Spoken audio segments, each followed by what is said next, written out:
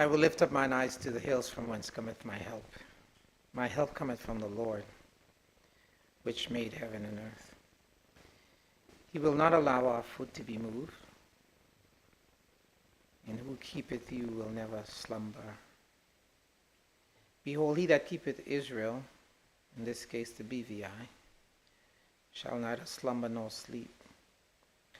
The Lord is your keeper, the Lord is your shade upon your right hand. The sun shall not smite thee by day, nor the moon by night. The Lord shall preserve you from all evil. He shall preserve your soul. The Lord shall preserve your going out and your coming in from this time forth, even forevermore. This is the word of the Lord. Let us pray. Dear God, today we come before you as you bid us come. Come boldly but humbly to the throne of grace that we might find help in the time of need. And today, God, it is our prayer as we honor you that you will give these Virgin Islands and its leaders the help that they need to guide this country with wisdom, with honesty, and integrity. Father, we want to pray for the well-being of all citizens, visitors, residents of these Virgin Islands. We pray, God, that you would give our leaders the courage to make just and fair decisions. We pray, God, that you will help them to be an instrument of peace and unity and progress for this country. Bless us with continued prosperity, with equality, with safety. May this land continue to be a beacon of hope and opportunity for all of us who call here home. Help us, God, to engage always in respectful dialogue, and even in this honorable house, that all that go on may be done with respect, in decency, and in order. We pray, God, that you will flood this place with your love, with justice, with wisdom, most of all, with good governance, that as they lead, they will raise the standard of living and the quality of life for all Virgin Islanders. This is my prayer. We ask that you hear our prayers, incline thine ear to us, and grant our request. In Jesus' name, amen.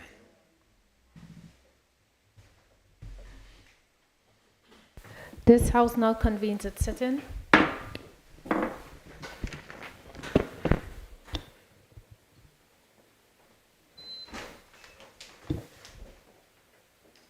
Good afternoon, everyone. Apologies for the late start today. I call on the clerk. Item number 2, administration of oaths.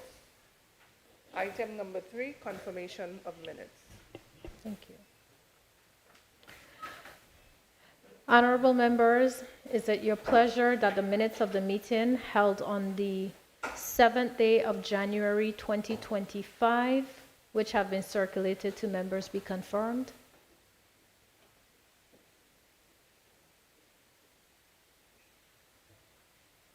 There being no dissenting voice, the minutes hereby stand confirmed as circulated. Honorable members, is it your pleasure that the minutes of the meeting held on the 11th day of February 2025, which have been circulated to members, be confirmed?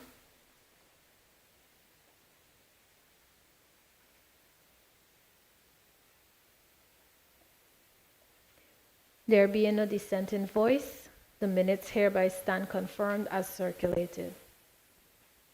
Honorable members, is it your pleasure that the minutes of the meeting held on the 24th day of February 2025, which have been circulated to members, be confirmed.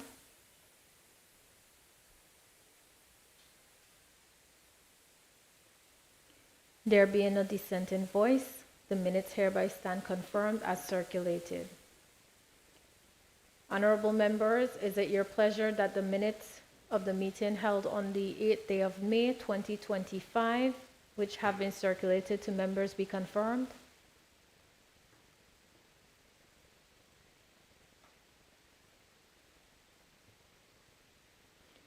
There being no dissenting voice, the minutes hereby stand confirmed as circulated. I call on the clock. Item number 4, announcements by the speaker. Yes, thank you. Honorable members, please note the following. I have received notice of absence from today's meeting from the Deputy Premier, Honorable Julian Fraser. I've also received notices from the Minister of Education as well as the Minister of Health and Social Development, who are attending other duties. And so they will be not present, at least for the morning aspect or possibly the day's meeting. I call on the clock. Item number 5, statements by ministers. Item number 6, presentation of papers. I call on the Premier Minister of Finance to lay his documents.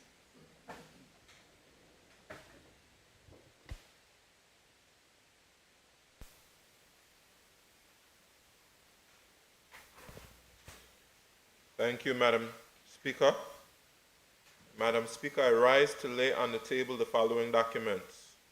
Statutory Instrument Number 56 of 2025, Tobacco Products Control Amendment Regulations 2025, and Office of the Governor 2024 Annual Report. Thank you, Madam Speaker.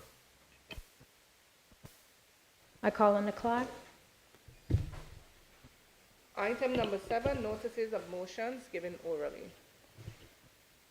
I call on the Premier Minister of Finance to give notice. Thank you, Madam Speaker. Madam Speaker, I rise to give notice that at a later stage in the proceedings, I will seek leave to move the motion standing in my name under items 9, 1, Roman numeral 1 through Roman numeral number 4 on the order of the day. Thank you, Madam Speaker. I call on the Minister for Communications and Works to give notice.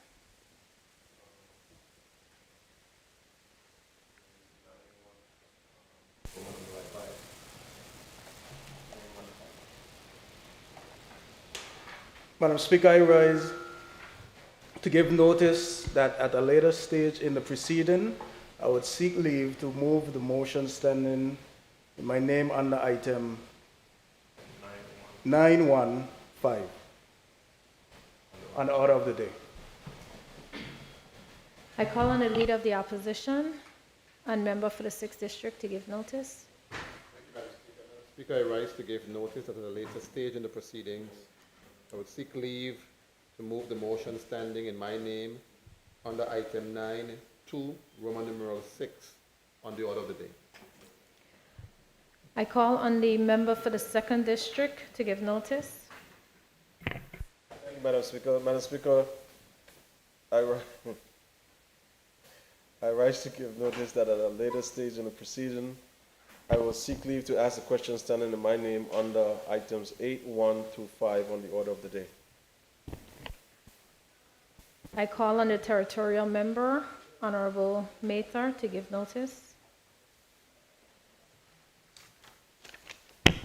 Good afternoon, Madam Speaker. I rise to give notice that at a later stage in the proceedings, I seek to leave to ask questions standing in my name under item 8, 6 through 10 on the order of the day. Thank you. I call on the clock.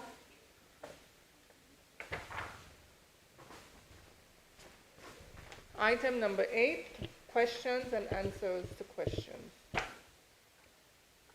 I call on the member for the 2nd District to ask his questions. Thank you, Madam Speaker. Madam Speaker, question number 1 to the Premier and Minister of Finance. Madam Speaker, would the Honorable Premier and Minister of Finance tell this Honorable House what additional personnel, budget allocations, and tactical measures are being planned to reinforce police operations and investigative capacity in our communities, including the 2nd District, given the rise in burglaries, including those involving habitual offenders and even minors committing ATM robberies? Madam Speaker, I thank the member for his question. Madam Speaker, the Royal Virgin Islands Police Force remains fully committed to protecting all communities within the territory. Its operational and strategic plans are data-driven, community-focused, and adaptable to emerging threats. As crime trends become more sophisticated and public safety expectations grow, the need for a more agile, better trained, and fully staffed police service has never been greater. Madam Speaker, the leadership of the Royal Virgin Islands Police Force has identified critical areas for action and are actively engaged in bringing them into reality. Madam Speaker, as we speak, the cohorts of the trained auxiliary officers are being transitioned into full police constables. These officers have successfully completed core police training and will be assigned to frontline community policing roles, particularly in high crime and vulnerable areas where visibility and engagement are essential, including the 2nd District. This allows us to build capacity within our police constables, ensuring that there are consistently more feet on the ground throughout our streets. Madam Speaker, in addition, the changing landscape of policing now requires officers to respond not only to traditional crimes, but also to challenges such as cyber-enabled fraud, organized armed robberies, mental health incidents, and threats to national security. Therefore, a larger, more flexible and specialized workforce is necessary to keep pace with these threats. These adjustments and advancements are necessary to ensure that the Virgin Islands Police Force is in the best possible position to serve and protect the territory. Madam Speaker, I'm pleased to also report that the Ministry of Finance is currently in active discussions with the Royal Virgin Islands Police Force to explore options related to the provision of further budgetary support to cover the cost of additional personnel, equipment, vehicles, and advanced training in intelligence, investigation, and technology-assisted policing. These modern technologies and equipment will better enable the force in its mission to curb crime across all fronts. Madam Speaker, the rise in burglaries and robberies is quite concerning as well. It requires swift and aggressive action from us all to ensure that we do not leave any room for crime to take root in our society. Madam Speaker, the Royal Virgin Islands Police Force is ensuring that robbery hotspots are consistently covered by dedicated patrol teams during high-risk hours from Thursday to Sunday. These teams include both uniformed and plainclothes officers to enhance deterrence and response. Additionally, CCTV footage from businesses and public spaces is being continuously analyzed to detect recurring patterns, suspect behavior, and potential internal facilitators who may have provided access or information to offenders. Territorial policing has been assessing late-hour businesses to identify vulnerabilities and provide tailored crime prevention guidance. Stop and search powers have been expanded to specifically target rental vehicles and heavily tinted cars, which have been linked to several recent robberies.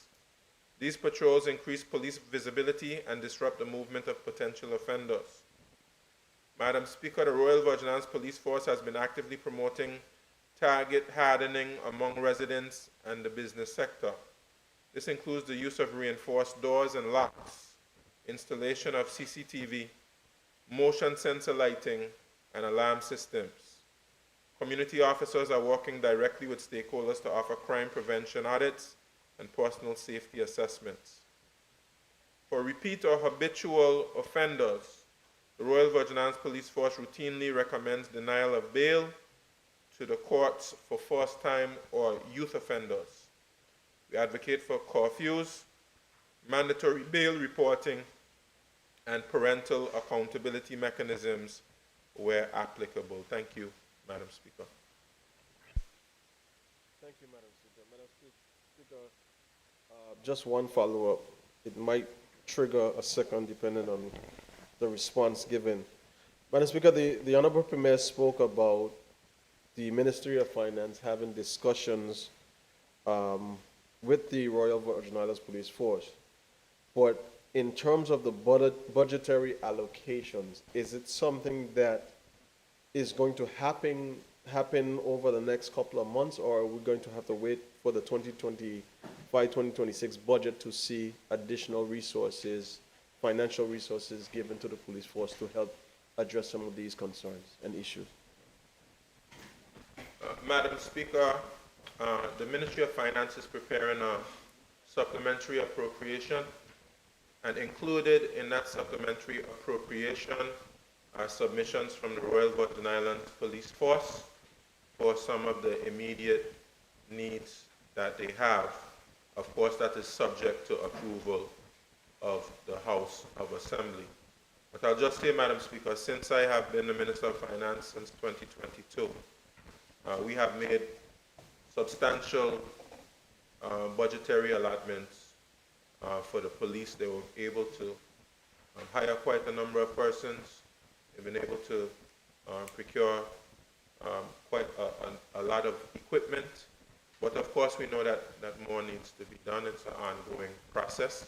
We also have to balance those resources along with customs, immigration, who all have law enforcement functions, along with the Office of the Director of Public Prosecutions, as well as the Attorney General's Chamber. Thank you, Madam Speaker. Madam Speaker, it triggered the second follow-up. Madam Speaker, could the Honorable Premier tell us when the SAP is expected to be brought to this Honorable House? Madam Speaker, it's my desire to see a SAP come to the House of Assembly within this month of July at some point. Thank you. Thank you, Madam Speaker. Question number 2. Madam Speaker, in April of 2024, I brought to the attention of the Honorable Premier and Minister of Finance that a critical piece of land was listed for sale that needed to be purchased by the government in King Garden Bay on Cannon Point, which included a pond in the amount of $120,000. Madam Speaker, could the Honorable Premier and Minister of Finance please give this Honorable House an update on the status of purchase for the preservation of our natural resources? A, when was the land purchased? And B, if not yet, when does he expect to have the purchase completed? Madam Speaker, I thank the member for his question. As we know, the portfolio was transferred from myself to the Deputy Premier, but I have spoken to the minister responsible, and he has confirmed that he indeed supports this action and pledged to work with yourself as district representative and myself as Minister of Finance to make this a reality. And indeed, I do support the buying of salt ponds to preserve them because of their important environmental function. Thank you, Madam Speaker. Madam Speaker, I know the Premier answered the question generally, but it asks when was the land purchased, and if not, when does he expect to have the land purchase completed? I appreciate the discussion, but you don't need me for discussion. That's what I want and the people of the community want. So I am more geared towards understanding when the purchase will be made. Ultimately has to come back to you as Minister of Finance. So I'm just interested in when the purchase will be made. Honorable Premier.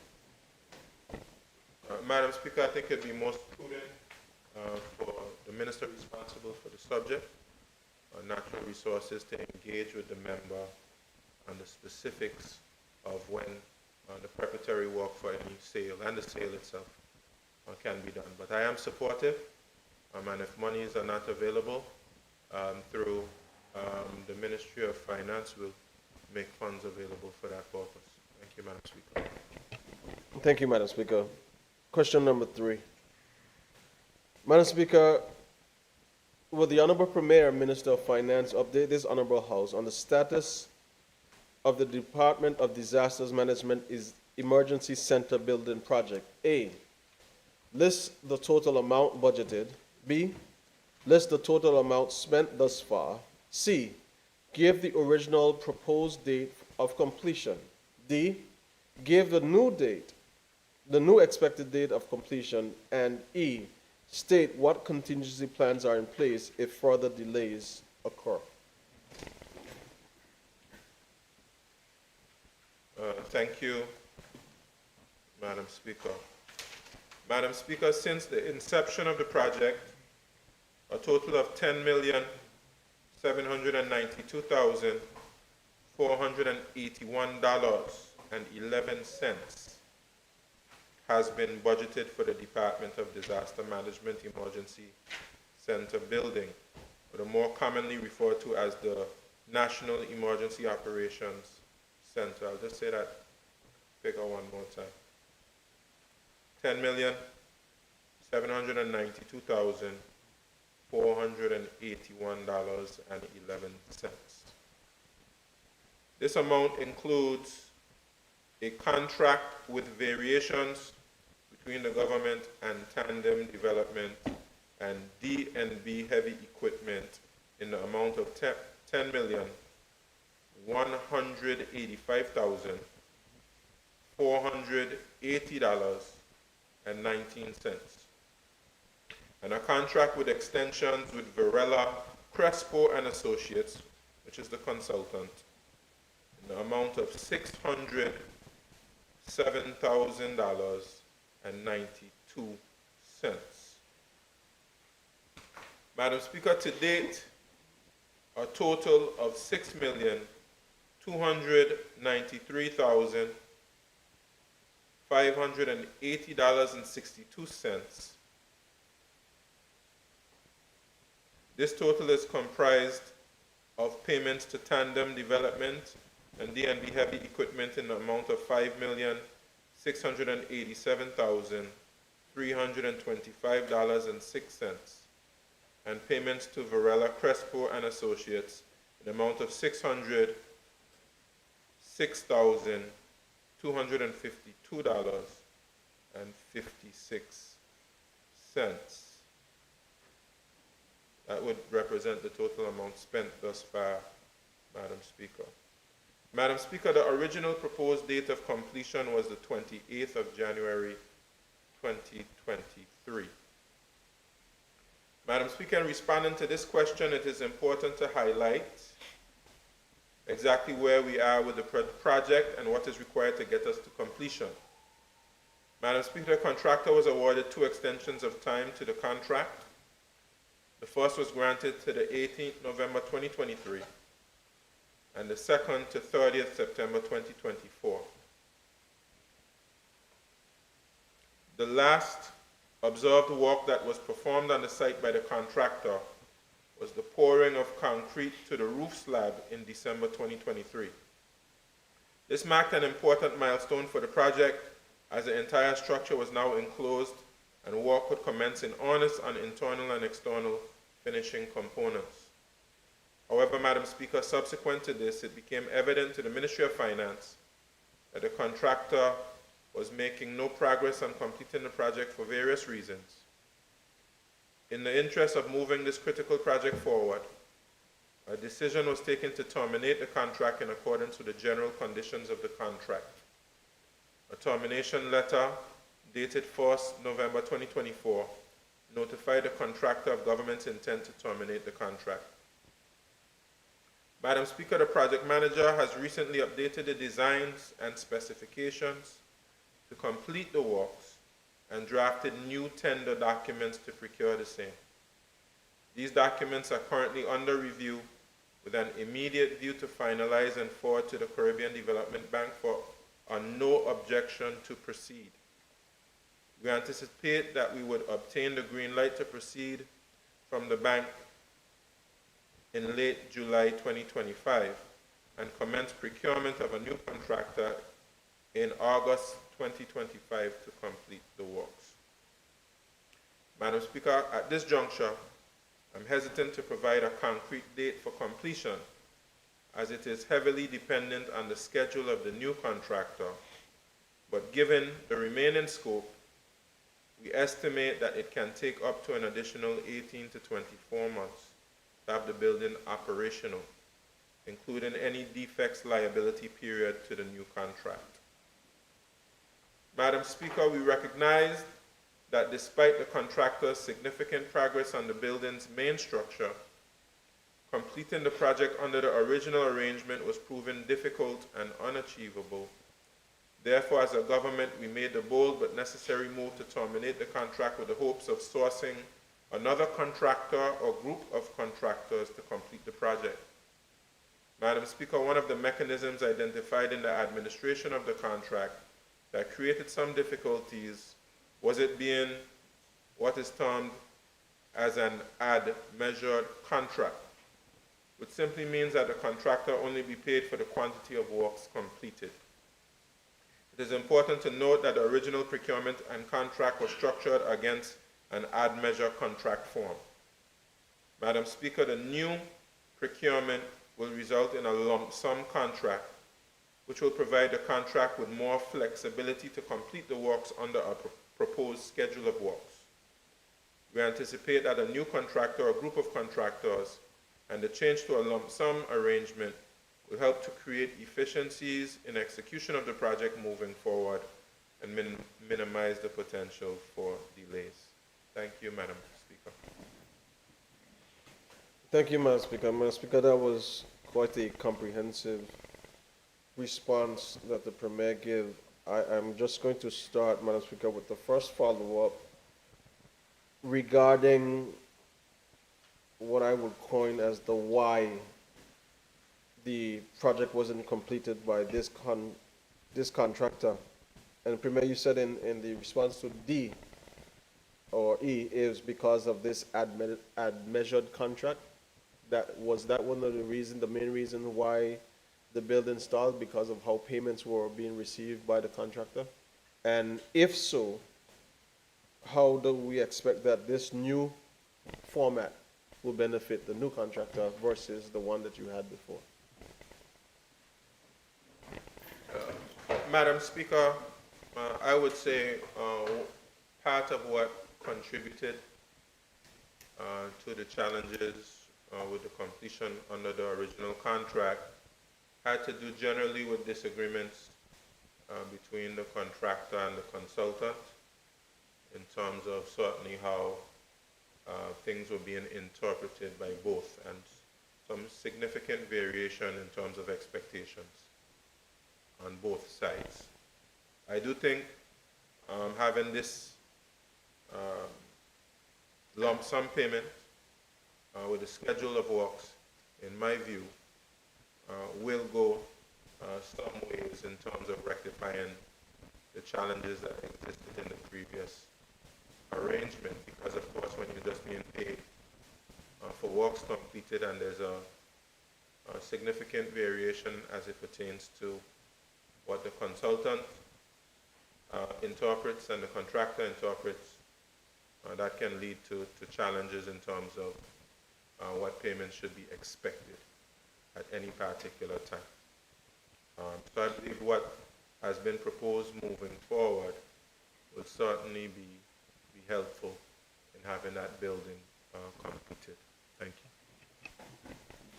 Madam Speaker, just if the Premier could clarify for me, when did this project originally start? That's not a follow-up. That's not a follow-up, Madam Speaker. I just want to know when the project originally started.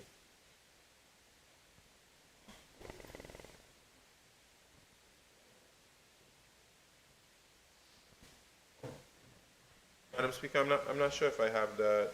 I think that was in the. I'm not sure if I. No, 2019 or 2020? Somewhere around there. 2021? Madam Speaker, let me just go back and make sure I get the exact right answer to that question. Madam Speaker, I was asking the question, Premier, only to follow. This is my follow-up, Madam Speaker. That let's just assume, based on what the Minister for Communications tried to assist, it's not confirmed. But let's just say if it's 21, Madam Speaker.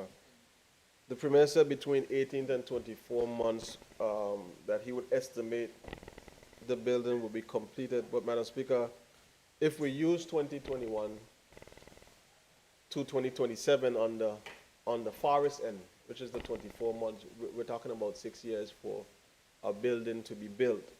And I am just concerned that we will probably be well over the $10 million that was originally budgeted for this building. Premier, can you confirm if it's going to be under or within budget or outside of budget? Because everything going up. Yeah, I would hesitate to give any information as it pertains to final budgeted costs because, of course, we're going through the process of having a new contractor. They'll have to put in bids, etc., and that will really determine what the final price is. So, but certainly, I take the concern that the minister has raised as it pertains to the length of time that the project is being taken to complete and the potential, Madam Speaker, for overruns on the original budget, none of which we welcome. But given the situation that we have faced with this particular project, it's important that we learn the necessary lessons and become even more efficient and effective in the execution of our projects. Thank you, Madam Speaker.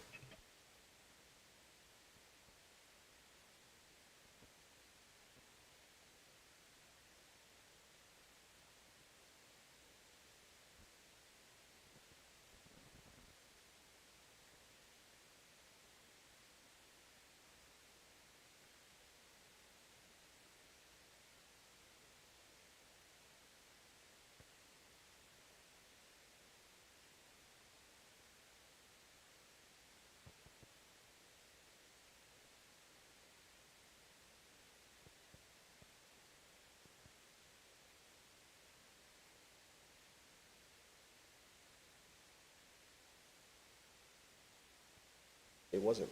So, Madam Speaker, I'll start over. The mic wasn't on, apparently. Madam Speaker, could the Honorable Premier and Minister of Finance please give the details and present this Honorable House with the government's vehicle insurance policy? A, what is the current total number of government vehicles excluding statutory bodies? B, how many vehicles from A above are insured? C, how many vehicles are not insured and why not? D, what is the cost to taxpayers for the repairs of uninsured vehicles over the last 5 years? And E, what is the cost to taxpayers for claims made for uninsured vehicles that have been involved in accident over the last 5 years? Madam Speaker, I thank the member for his question. Madam Speaker, total number of vehicles totals 328. Total number of those vehicles insured are 51, or is 51. Total number of vehicles which are uninsured are 261. Cost of repairs over the 5-year period is $1,036,811.52. And cost to taxpayers for claims over the 5 years is $1,401.61. With respect to the matter of uninsured government vehicles, it has long been the established policy of the government to self-insure the majority of its vehicle fleet. This approach is based on the understanding that the government, through its consolidated resources and internal mechanisms, is generally in a position to absorb the financial risk associated with damage or loss. Nonetheless, certain categories of vehicles are typically insured through private providers. These include vehicles assigned to the governor, the premier, ministers, and the deputy governor, and members of the House of Assembly, where the nature of the duties performed and the profile of the office warrant enhanced risk mitigation measures. It is important to note that ministries and departments are not strictly prohibited from procuring private insurance for their vehicles. Where sufficient budgetary provision exists and where it is determined to be prudent, private insurance may be utilized. In recent years, some ministries and departments have chosen to insure particular vehicles after carefully assessing the intended use, operational demands, and potential risk exposure. This more tailored approach ensures that higher risk or more vulnerable vehicles receive appropriate coverage without deviating from the broader principle of government self-insurance. Madam Speaker, with respect to the answer provided for D, it is important to note that the cost of repairs to vehicles is not necessarily only linked to vehicular accidents. Therefore, one cannot conclude that there is a correlation between the cost of vehicular repairs and uninsured vehicles. It is expected that vehicles would incur ongoing costs for repairs and maintenance. Thank you, Madam Speaker. Thank you, Madam Speaker. Madam Speaker, if the Premier didn't do what he just did with that last part, he wouldn't be my good classmate and friend. Madam Speaker,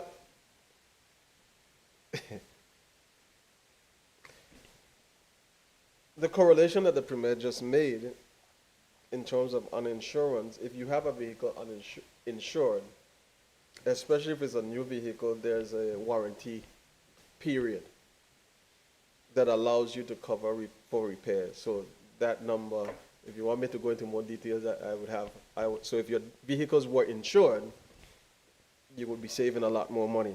Madam Speaker, my follow-up number one, when we were in the Standing Finance Committee, Madam Speaker, I believe it was the team from the Deputy Governor's office that came before us, and I asked the question about government vehicles and what is the policy for insurance for government vehicles. And Madam Speaker, the panel responded and said the policy states that all government vehicles should be insured, which rang an alarm in my head because I have been asking this question since I came into this honorable house.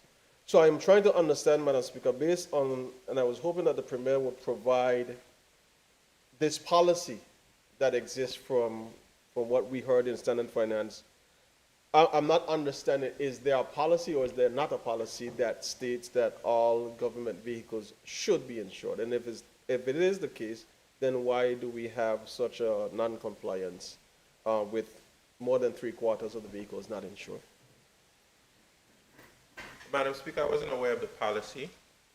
Since the member has brought it to my direction, I don't remember that exchange in Standing Finance. But since a member has brought it to my attention, I will clarify with the Ministry of Finance, indeed, if there's a policy that all government vehicles should be insured. And of course, if there's a policy, it's expected that we should follow that policy.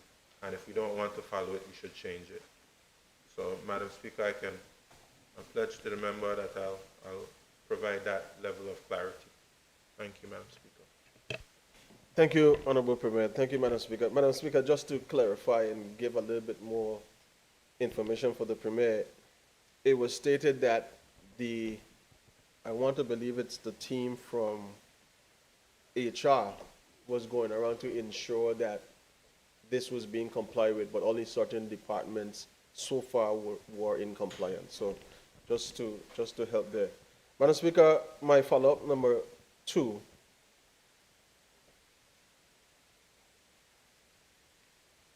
If the government of the Virgin Islands has under its fleet 328 vehicles, I am not aware that the government buys used vehicles. So majority of these vehicles will be new vehicles.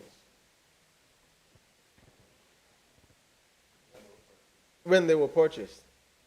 I am trying to understand, Madam Speaker, that if it is indeed the law of this territory that every private citizen operating a vehicle on government roads should have insurance, why doesn't the government follow its own law?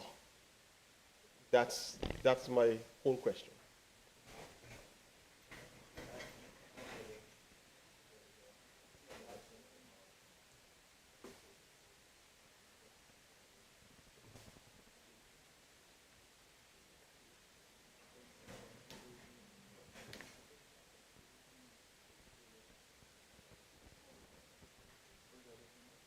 Madam Speaker, it's a legal question, and I believe I need to clarify that before giving an answer on that point, Madam Speaker.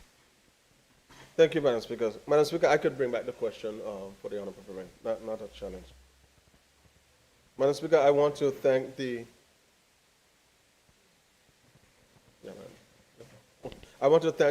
Honourable Premier for answering the questions that were posed to him thus far, Madam Speaker. Can I move on? Madam Speaker, I see an empty chair, so hopefully the Premier will have these answers.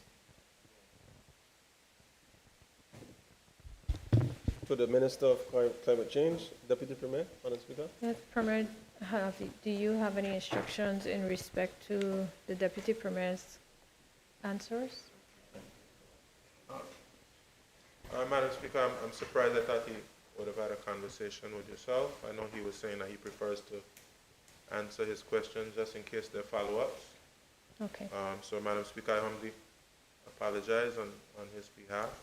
Perhaps those questions can be brought back. Let me just speak with the member. Honorable member for the 2nd District, there are 2 options available.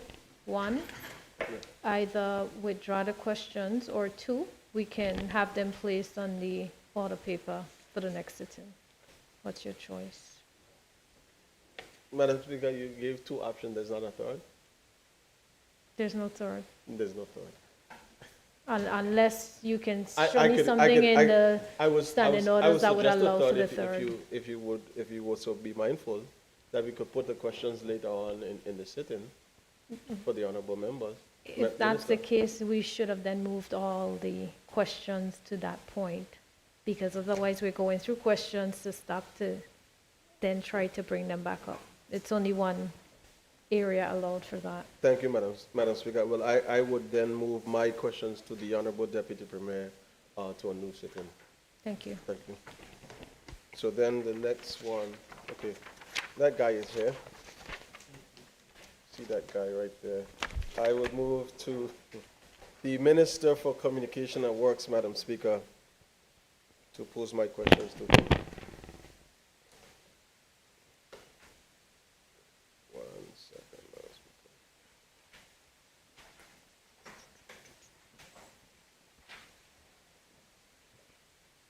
Question number 1. Madam Speaker, there has been and continues to be many instances where the roads are being damaged by excavation or maintenance activities conducted by companies from the telecommunications industry, Flow, CCT, Digicel, and even the Water and Sewage Department. Immediately after road works would have been overlaid or paved by the Public Works Department. For example, the prolonged disruption in front of Ms. Garen's driveway in Sponer's Estate and right in front of UP Cineplex.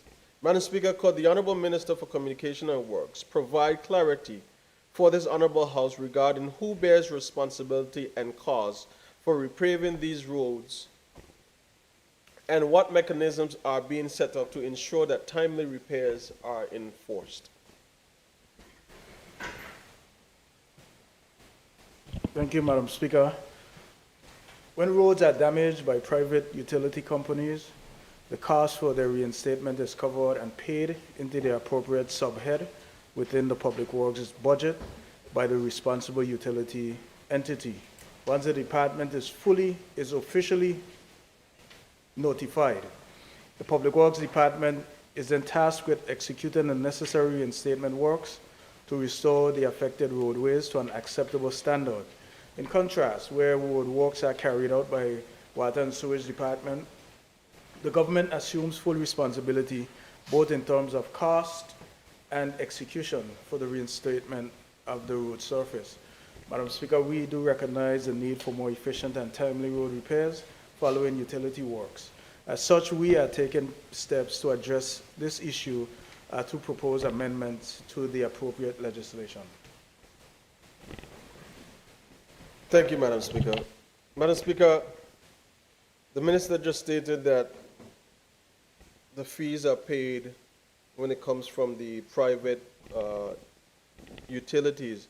Madam Speaker, could the Honorable Minister please tell this Honorable House if this is in fact the case, and when was the last time these funds were received from any private utility company to the government coffers to fix roads? Thank you, Madam Speaker. I'll get that information and get back to this Honorable House. Madam Speaker, just a point of clarity. You are aware, so it does happen, Madam Speaker? It has happened as Minister. Thank you. Madam Speaker, then it moves to my second follow-up. Madam Speaker, the Minister is responsible for communications and works, which covers utilities, it covers communications, public works, water and sewage. Madam Speaker, is there a challenge in effective planning for when roads are going to be overlaid and paved that these utility companies accept, and I will exclude water and sewage, Madam Speaker, for this follow-up because of the challenges that you're having, but it seems like every time a fresh piece of road go down, the utility companies, specifically the communication companies, decide to go dig a hole and pull line and pull cable. Can we not find a better way of planning and ensuring that we're not costing this heap of money and paving and having more potholes? Thank you for that follow-up question. Madam Speaker, it has been a challenge. Many a times the overlaying of the road surface covers the manholes that the utilities they have to access. Hence, you would see they going and pulling wires at that stage. I don't think it's any new holes that they're doing. It's just that they're taking up the manholes that we should be a bit more mindful of when we're doing the overlaying. But we have started regular dialogue in terms of trying to coordinate when works are to be done with the utilities, as well as when those roads would be resurfaced. Thank you, Madam Speaker. Minister, I think a lot more coordination needs to happen because it just is like we're working against ourselves. Question number 2, Madam Speaker. Madam Speaker, would the Honorable Minister for Communications and Works tell this Honorable House what is the long-term road and drainage infrastructural strategy facing persistent road quality issues across Spooner's Estate, Great Mountain, Mayaba, the Kings Road or Hatchet Hill Road in Just Van Dyke, and Bruce Bay? A, what is the comprehensive long-term plans, including the installation of proper culverts, drainage systems, and ongoing road repaving, will be implemented to mitigate flooding and deterioration of our road networks? No, that's it. Madam Speaker, a portion of the Kings Road, Hatcher Hill, has been paved. The Public Works Department has completed designs to connect the remaining segment from Rudy's to the upper paved section. These work will continue as funding becomes available. Public Work is also developing designs for the bridge in the vicinity of Nichols Bar at Bruce Bay, which suffered significant damage during the recent floodings. Ministry is considering a holistic approach to Bruce Bay, where heavy stormwater flows have caused severe beach erosion. To mitigate this, we are, and I've started the discussion to reinstating of the detention ponds to help capture stormwater and manage sediment runoff. Continual assessment on Bruce Bay roads, east and west, will be conducted towards a comprehensive improvement of the road and drainage network. Madam Speaker, there is also a need for a comprehensive development plan and engineering designs for the Spooners Estate Road network. The ministry intends to request funding in the upcoming budget to outsource the design work in collaboration with the Ministry of Environment, Natural Resources, and Climate Change. Once these designs are developed, the government will be able to plan and budget a phased implementation. The ministry is currently conducting technical assessment on the Mayaba Road network. Madam Speaker, the government has secured a loan facility with significant portion earmarked for road infrastructure development. Several road segments in the 2nd District have been designated for implementation under this funding. The first of these is the Windy Hill Road, which begins at Sage Mountain, continues past Stouts Lookout, and descends to the foot of the hill at Carrot Bay. This project is being administered by the Recovery and Development Agency and will involve the construction of a new concrete road surface, installation of robust drainage systems, and rehabilitation of sections of the road that have experienced structural failure. In addition to addressing the poor road surface, we are aware of hazardous washout areas that currently pose a danger to motorists.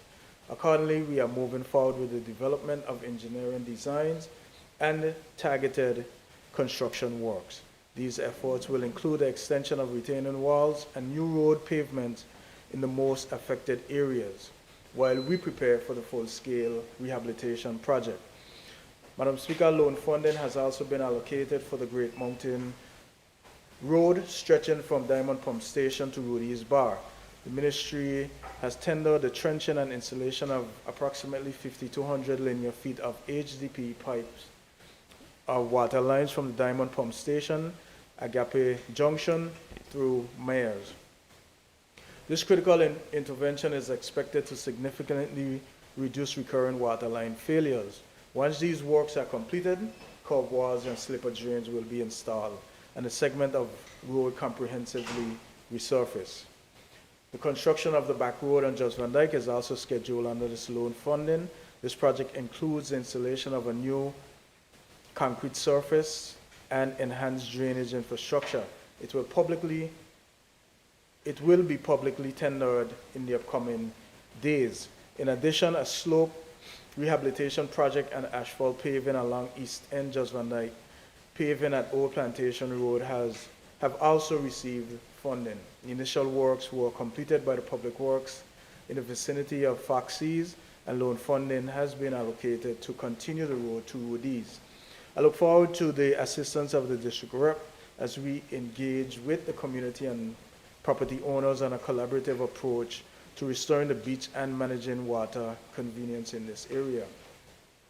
As work continues to progress across the territory, we note the completion of approximately 6 miles of resurfaced roads to date. The roads being addressed under this loan facility marks significant progress while we continue preparations for the execution of larger scale infrastructure works from Anegada to Jos Van Dyke. Madam Speaker, no island will be left behind. This government remains steadfast in its commitment to the continued development of the road infrastructure for the benefit of all Virgin Islanders. Thank you. Madam Speaker, I want to thank the Minister for his comprehensive answer, and just like the Premier, he would find a way to generalize the question that I asked specific to my district. Madam Speaker, if I glimpse at question number 3, it prompts my follow-up. Minister, I have been asking about these specific areas since April of 2019. And, Madam Speaker, I have to be honest and forthright that the minister has, in some areas, tried to address some of these roadways. But since 2019, Madam Speaker, the rain is not falling any less. The heavy equipment that traverses our roads don't happen any less, and the motorists ain't stop buying cars. And Madam Speaker, the more we go, the worse the problem becomes. But Madam Speaker, the question for the minister is, between your ministry personnel and the public works departments and engineers that you have, Minister, do you have enough human resources and technical resources to carry out the works, not just for the second district, but for the territory? Because I see a bottleneck, Minister, that is happening, that things come to one set of people, but the execution of the works is being stalled because of those resources. What is the plan? Madam Speaker, I must acknowledge the gratitude from the representative in terms of recognizing that works has been done within his district.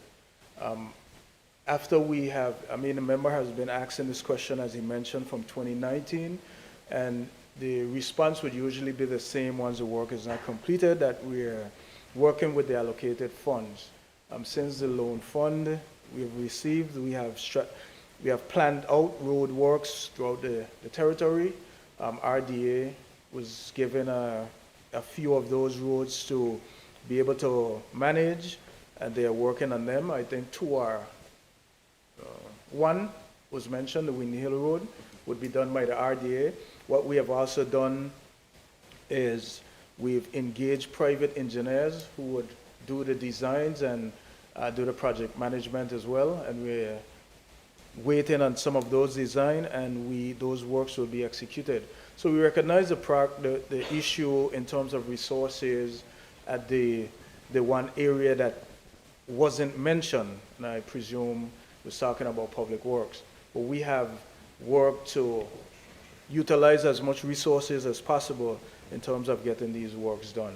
And as I want the public to also know, Madam Speaker, is that though we received for road works 38 million out of the $100 million loan, this year allocated we received about 13 million, and every quarter of that has been allocated to some road.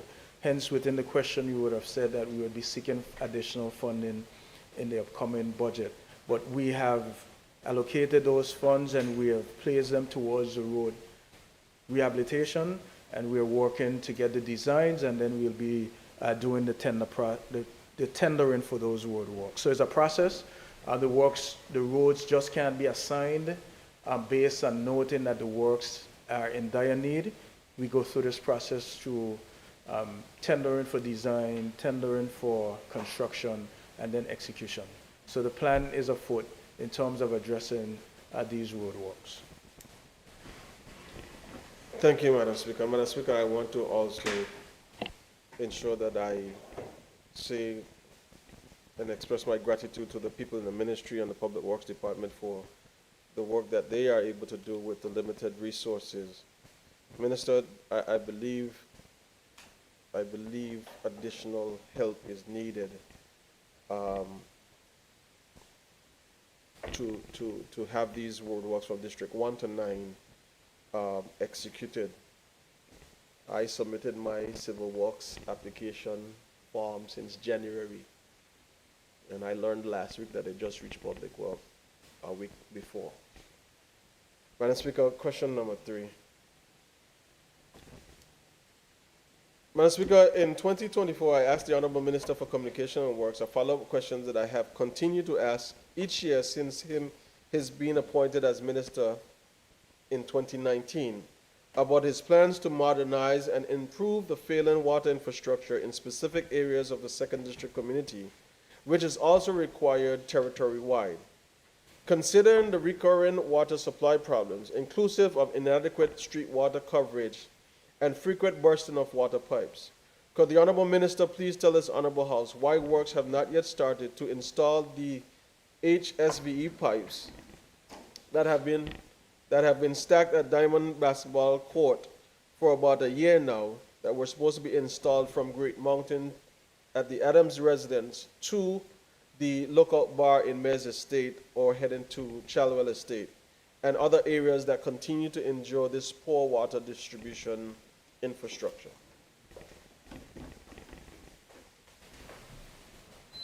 Thank you for that question, Madam Speaker. The decades-old and deeply frustrating water challenges have affected not only the 2nd District but communities across the entire territory. I am aware of the recurrent issues of inadequate water coverage, frequent pipe bursts, and the overall unreliability of our water distribution infrastructure. To address these systemic failures, Cabinet declared water a national critical priority. This means that water infrastructure now receives the highest level of focus, urgent attention, and resources. We already have access to an initial $8 million as part of a larger $100 million loan facility. We are actively engaged in both local and international expertise to ensure that these works are executed to the highest standards.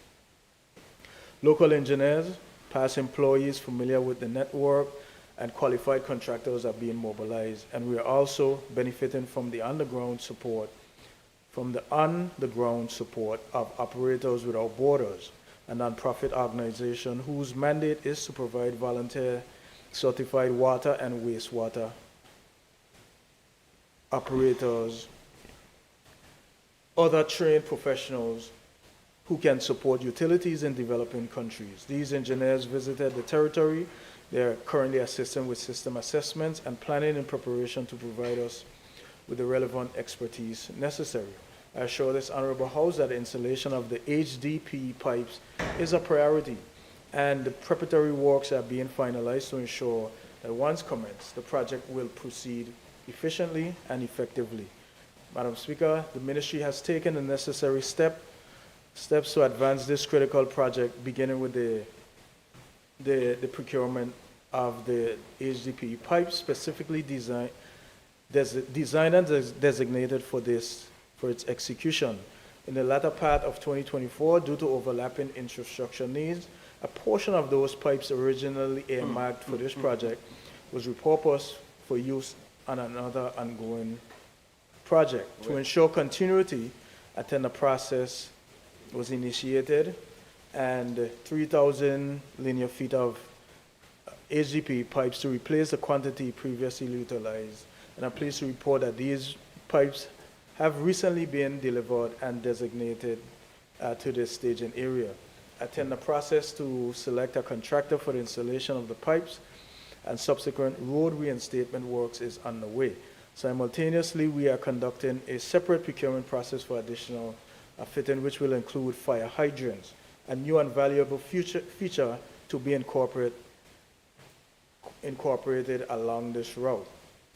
We anticipate that this important project will commence in early August as we move forward with determination to deliver improved infrastructure and enhance public safety for our residents. Madam Speaker, when we move forward, we do so with a comprehensive, sustainable approach rather than a piecemeal fix.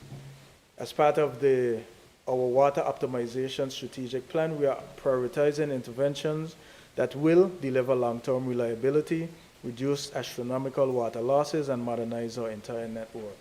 The route from Great Mountain by Adams residence to Lookout Bar in Mayor's Estate and onward to Chalwell is included in our upcoming works schedule. Madam Speaker, I thank the member again for his question and assure this House that this government is committed to delivering reliable, safe water for every home and business in the 2nd District and throughout the Virgin Islands. Thank you, Madam Speaker. Madam Speaker, I'm not going to do a follow-up. Minister, I thank you for your answer. Just like the question above, I think resources are needed because something seems to be happening in the service where a number of your key persons are retiring and we're not replacing them, and the infrastructure in the territory, especially on the water side, is getting worse. Madam Speaker, question number 4. Could the Honorable Minister for Communication and Works tell this Honorable House his plans to resolve in intermittent power outages that the residents are reporting almost daily, and costly power outages in Mount Mayaba, Just Van Dyke, Mount Healthy, Anderson Estate, Bruce Bay, King Garden Bay, Spooners, and Anderson Hill area? What investigations are underway and what corrective actions will be taken to ensure consistent and reliable electrical service? A, immediately, or B, over the next 3 to 6 months? Thank you for the question. Thank the member for the question, Madam Speaker. It is important to understand that unlike larger countries with expansive interconnected power grids, the BVI operates a radial distribution system, which is common among island jurisdictions. In such systems, scheduled and unscheduled service interruptions are an expected aspect of utility operations, and the BVI is not unique in this regard. Current and upcoming mitigation measures 0 to 6 month outlook. BVIEC has implemented a strategic ongoing program of improvements aimed at enhancing overall reliability and customer satisfaction. Specific actions include completion of key switchgear and feeder upgrades, may involve brief scheduled outages, aggressive generator maintenance and condition assessment that's ongoing, targeted high voltage line inspection and vegetation maintenance ongoing, expansion of real-time monitoring system, a SCADA system scheduled beyond 6 months, system automation to ensure faster fault isolation and restoration, also part of a SCADA system that's longer term. Schedule shedding adjustments. To alleviate the discomfort caused by any unscheduled outages, BVIEC adjusts its load to shedding scheme to minimize the impact of power interruptions on specific areas, particularly those reporting recurrent disruptions, especially during peak maintenance period. Madam Speaker, while no power system can be entirely free of interruptions, and we acknowledge that there have been more frequent service disruptions in recent weeks, both planned and unplanned, the BVI Electricity Corporation affirms its strong commitment to maintaining and improving the reliability of the territory's electricity supply. The measures currently in place are those being implemented over the coming months will continue to enhance system performance, reduce service interruption, and improve customer satisfaction. Thank you. Thank you, Madam Speaker. Madam Speaker, I just want the member to note, and for the public, that these questions directly relating to power came from district meetings that I had in March of this year, and people are experiencing tremendous amount of loss and cost as it relates to the frequent power outages. And something has to be done, Madam Speaker, because especially in those areas mentioned, it seems like it's almost every day that it happens. Madam Speaker, question number 5, would the Honorable Minister for Communication and Works please provide a detailed explanation regarding his decision, which has also been echoed by the Honorable Premier during the 2025 budget address, for the merger of the two key departments, namely the BVI Electricity Corporation and the Water and Sewage Department, in light of concerns that merging the two may further compromise service delivery, particularly when one is perceived as struggling and the other one is on life support? A, how does he propose that the two entities will function as one? B, what safeguards will be introduced to protect the service quality? And C, how does he expect that the revenue collections will improve when systematic shortfalls and other constraints have not been addressed in the individual entities? Thank you, Madam Speaker. I guess when we come to debate this, we won't have much to say because everything would be ventilated. Madam Speaker, the decision to merge BVIEC and the Water and Sewage Department into a single business management unit is a strategic initiative aimed at improving financial efficiency, enhancing service delivery, and strengthening operational resilience. This approach seeks to consolidate key skill sets, streamline management, and leverage the strong leadership and established infrastructure of BVIEC to benefit both utilities. The new organization will be structured to capitalize on the technical and functional synergies between the two entities, particularly in the areas of infrastructure operations, asset management, and customer service. The objective is to facilitate more efficient water production, transmission, and distribution, while also improving wastewater collection and disposal system. The managerial, financial, and governance function of both BVIEC and Water and Sewage Department are largely aligned. Under the proposed framework, the merged utility will operate as a single business management unit with an integrated leadership structure. However, to safeguard the operational and financial integrity of electricity services, it is proposed that separate accounting systems be maintained for each utility. This financial ring fencing ensures transparency and accountability, protecting electricity functions from any financial cross-subsidization, while still allowing for shared administrative and operational efficiencies. To maintain and improve service quality, the restructured entity will be built on principles of accountability, agility, and customer focus. The merger is designed to eliminate bureaucratic inefficiencies, particularly on the water and sewage side, and to deploy resources more effectively where they are most needed. As the Honorable Premier has emphasized, this initiative supports the wider national objective of building resilient and high-quality infrastructure and advancing the transition towards sustainable energy systems. Key investments in this regard include the planned development of solar farms.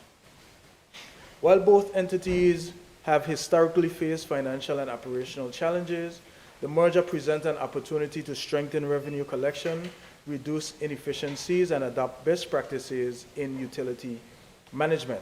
By aligning the BVIEC's proven system for maintenance, repairs, and financial oversight, the newly consolidated utility is expected to achieve greater cost effectiveness and sustainability. Furthermore, the government has committed significant funding in the 2025 budget to support key infrastructure upgrades, including improvements to the water distribution network and the expansion of sewage systems. These investments will directly support the merged utility ability to meet service standards and long-term performance goals. Madam Speaker, this merger is not a simple administrative exercise. It is a transformational step towards building a more modern, efficient, and resilient utility sector in the Virgin Islands. With financial safeguards in place, consolidated leadership, and targeted investments, the government is confident that this initiative will enhance the delivery of essential services while maintaining transparency, accountability, and sustainability across both electricity and water operations. Thank you, Madam Speaker.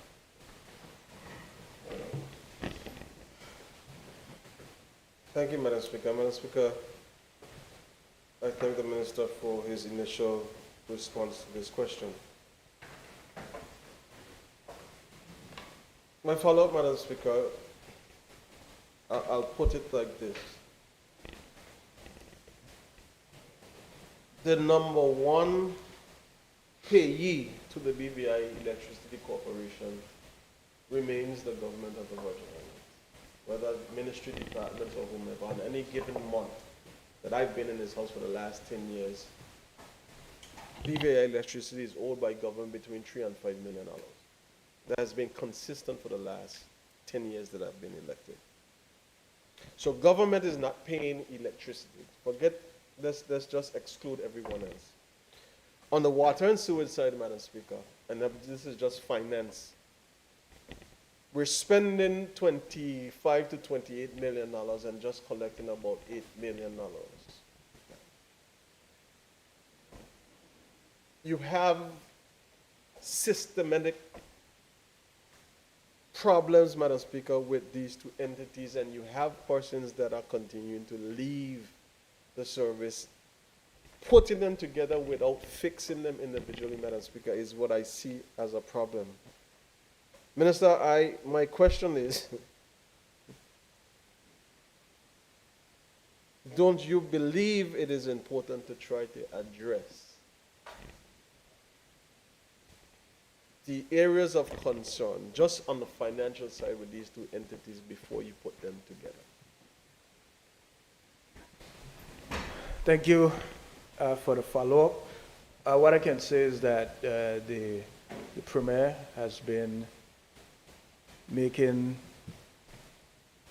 the investment into providing the funds to pay the electricity bills. I think as recently we were down to just a few $100,000. But like you're correct, and as I mentioned in the response to your question, there would be separate entities. What would be necessary is for us to utilize the human resources available to make sure that we get these utilities working as efficient as possible.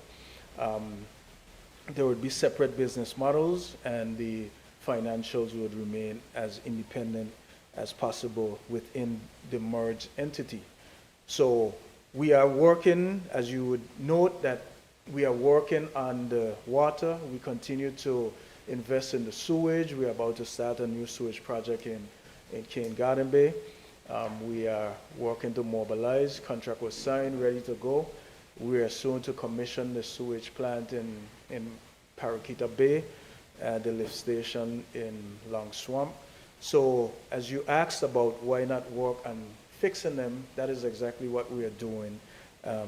Working on fixing the infrastructure for water and for sewage. And we will continue to do so, but with the merged entity, we will be able to have access to both the resources from both entities to address these concerns. Valid concerns, I thank you for highlighting them, and we will continue. But what I can say is that we cannot expect a different outcome by doing the same things. We've been at this for quite some time, hasn't been working.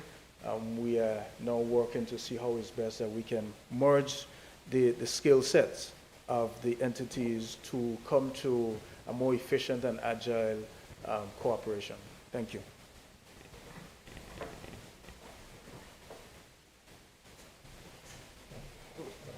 Madam Speaker, numbers are not words, and numbers can be manipulated like words can. If you have two failing entities because of one inability to collect and the other's inability to get to the customers what you're paying for, I don't care how much fancy words you use, you're going to be in the same problem. Question number 6, Madam Speaker. Madam Speaker, would the Honorable Minister for Communications and Works tell this Honorable House what is his plans to upgrading the street lighting in the communities of the 2nd District and other areas that have been experiencing burglaries and criminal activity? A, acknowledging that poorly lit and dark areas encourage criminal activity, what investments and partnerships are being considered to improve street lighting and expand the CCTV network as a part of the broader strategy to enhance community safety? Thank you, Madam Speaker. The Ministry of Communications and Works, in collaboration with the BVIEC, remains steadfast in its commitment to enhancing public safety through the strategic installation and maintenance of street lighting across the territory. Street lights are installed based on requests from elected representatives and residents, and we continue to address identified areas of concerns as resources and funding allow. In the last fiscal year, the ministry allocated $350,000 to the BVIEC specifically for the installation of streetlights and the extension of the electrical grid. Of that amount, $82,470.66 was earmarked for the installation of streetlights along Windy Hill Road in the 2nd District. Installation of these lights will be scheduled upon receipt of the additional streetlight arms, which are already being ordered by BVIEC. Furthermore, the ministry is in the process of developing a comprehensive street lighting policy to guide the equitable distribution and long-term planning of the lighting infrastructure across all communities within the Virgin Islands. This policy will allow a clear framework for prioritization, installation standards, and maintenance. In the interim, we will continue to operate under existing procedures with installation contingent on the availability of funding. Madam Speaker, with regards to the expansion of the CCT network, I wish to clarify that the Ministry of Communications and Works does not hold responsibility for installation or management of CCT systems. That responsibility lies with the relevant security and law enforcement agencies. Thank you. Madam Speaker, just a point of clarity, I was never insinuating that the minister is responsible for installation of CCTV cameras. If he looks at the question, it asked in A, what investments and partnerships. So I was hoping that you would tell me something about working with the relative agency to, while you're installing additional lighting, you're working alongside the Royal Virgin Islands Police Force, just like you have a district and other members have a district, that they would increase the surveillance for safety. Madam Speaker, I have been behind the minister for 2 years now on this Windy Hill Road to stop lookout from Shalwell. And this $80,000, Madam Speaker, could the minister tell this honorable house and the people that traverse that road, I know you said you started purchasing some arms. When should we expect to see works begin for lighting that area?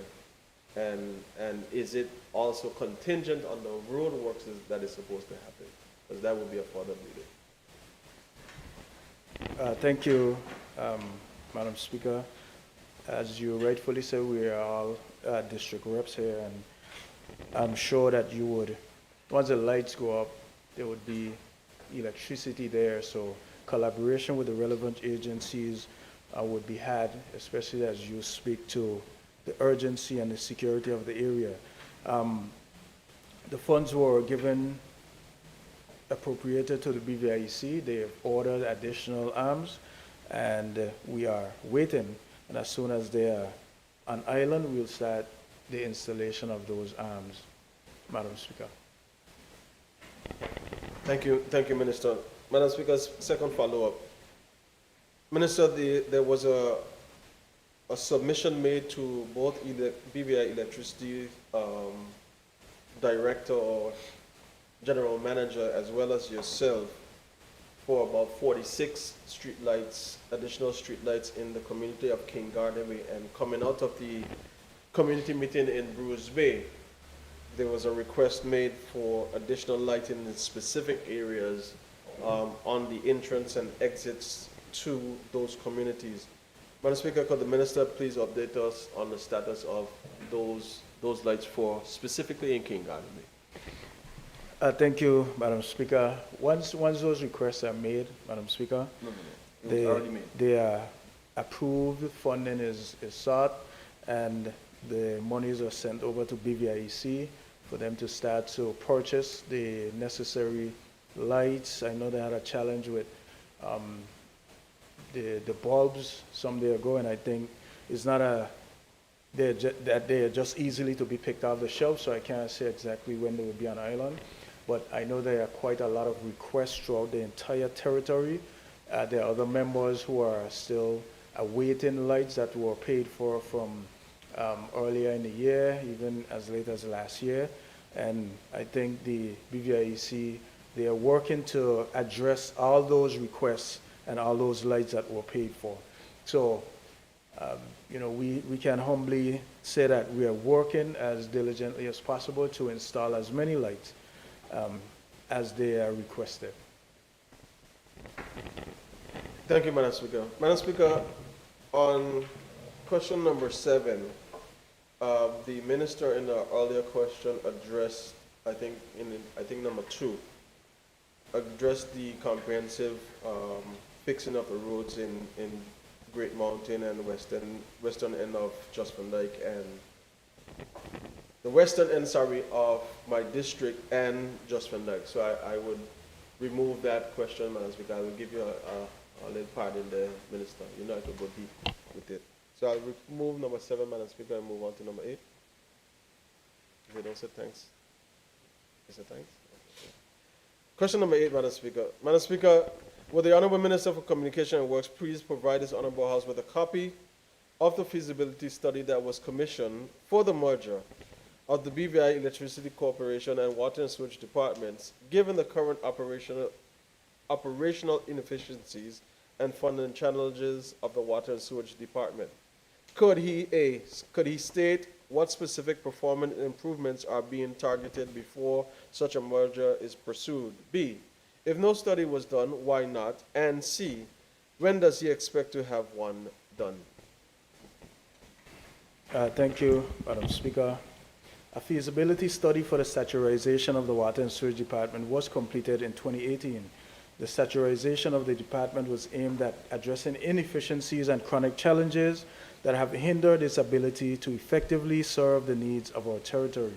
Although no formal feasibility study has been commissioned or completed regarding the merger of Water and Sewage and BVIC, Cabinet decided to merge the two entities based on the synergies between the BVIC and Water and Sewage Department after careful consideration of the strong leadership and structures that are in place. Madam Speaker, noting that water is a critical necessity, Water and Sewage Department is currently pursuing age account rectification, reducing non-revenue water, improved billing and collection, upgrades to the water distribution network, including reservoir repairs and metering, leak detection strategies, and other infrastructure. The ministry will be conducting an operational and functional audit to bring efficiency, effectiveness, and compliance to the daily operations of the Water and Sewage Department for greater accountability and transparency. Through our ongoing partnership, Operators Without Borders will be assisting in improvements to operational efficiencies through the development of standard operating procedures, mapping of assets on GIS systems, and expertise. B, given these long-standing issues, it was determined that commissioning a feasibility study would only delay necessary actions and divert limited resources, something neither the government nor the public can afford at this time. The urgent need for improvement is evident. Furthermore, the statutory framework for the department has already been established. The proposed merger aims to unify management structures, eliminate duplication, streamline operations, and ensure a more efficient use of resources. The facts on the ground make it clear that immediate and decisive action is required. Therefore, we do not require the feasibility study to confirm what is already apparent. We simply need water. We cannot expect a different result doing the same thing. As stated, C, Madam Speaker, we will not be pursuing a feasibility study at this stage. Thank you.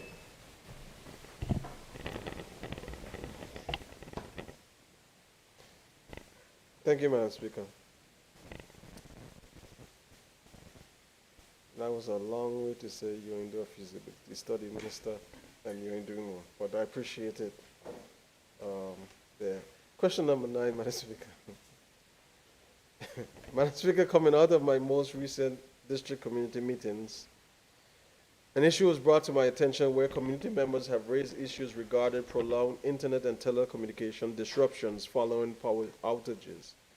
Madam Speaker, could the Honourable Minister for Communication and Works please tell this Honourable House if he is aware of these issues? A, if yes, what contingency plans or infrastructural investments are being considered to ensure that residents maintain connectivity during such occurrences? B, if not, now that he is made aware, what contingency plans or infrastructure investments are being considered to ensure that residents maintain connectivity during such occurrences?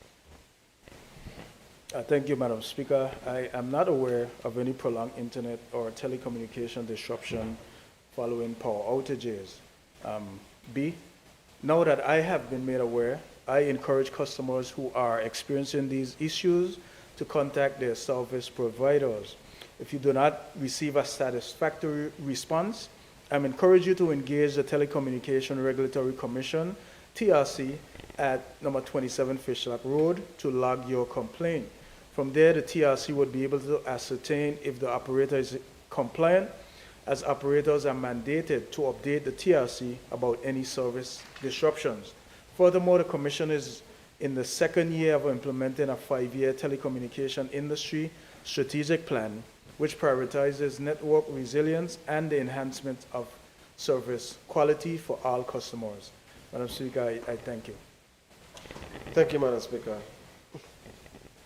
Madam Speaker, the answer to A was no. But Madam Speaker, these questions were submitted since the 22nd of May, 2024. So, Minister, even after receiving and reading the questions, then you will become aware. So, Madam Speaker, I'm trying to understand why the minister took that approach. Madam Speaker,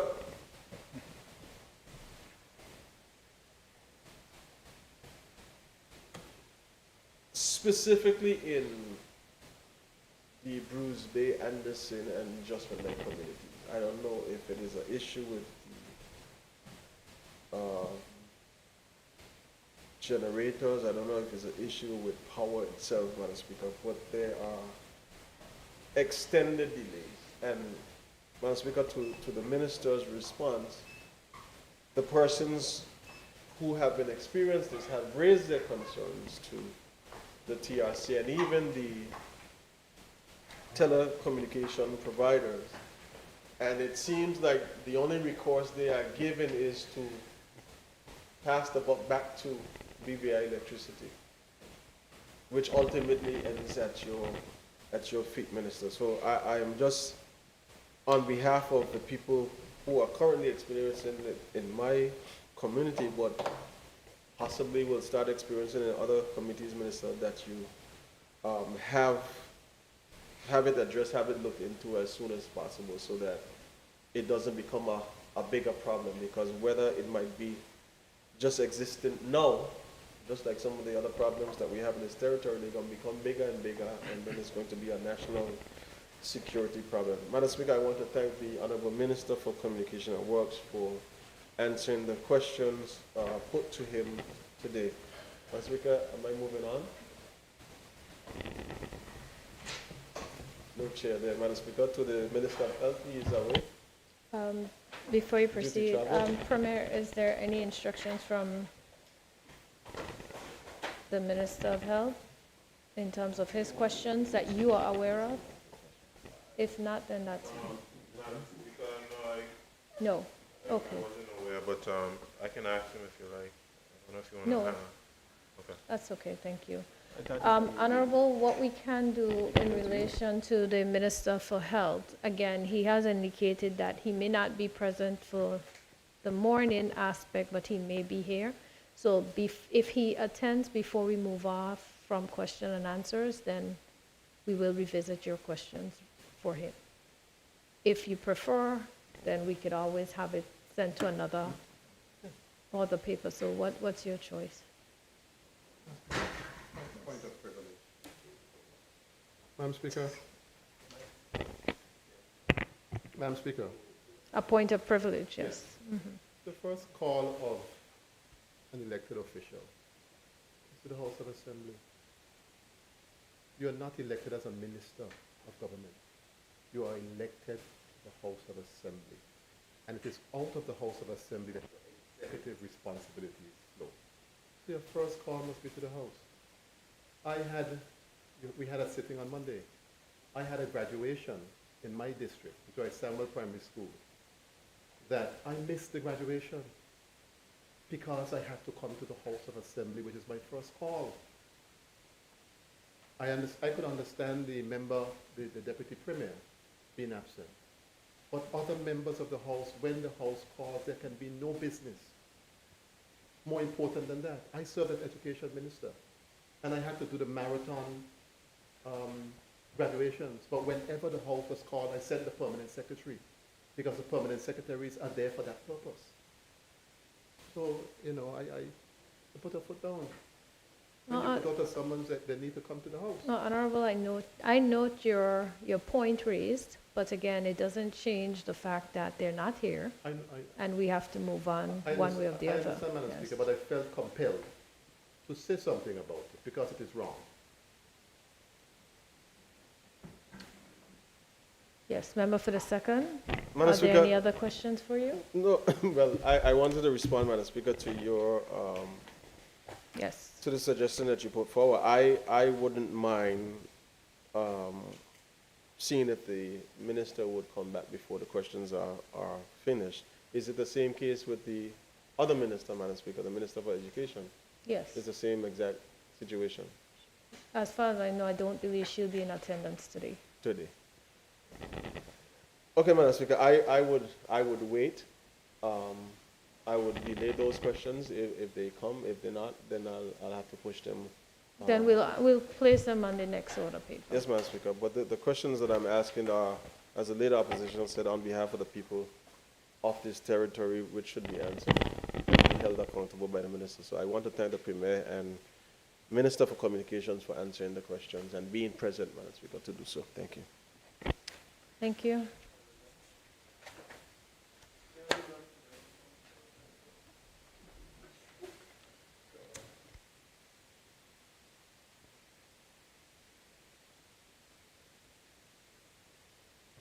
All right, members, at this time, we'll take the lunch break and return at 3:15 p.m.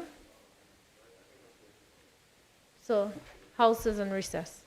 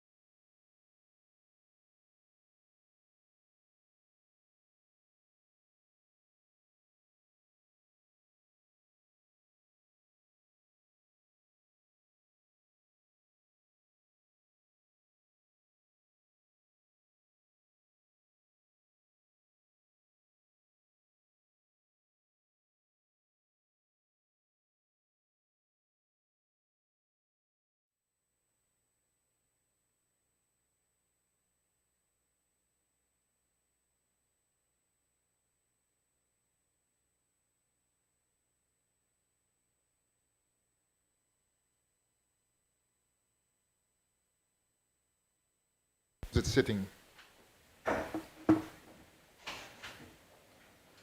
Call upon the territorial member, Mr. Mather, for his questions.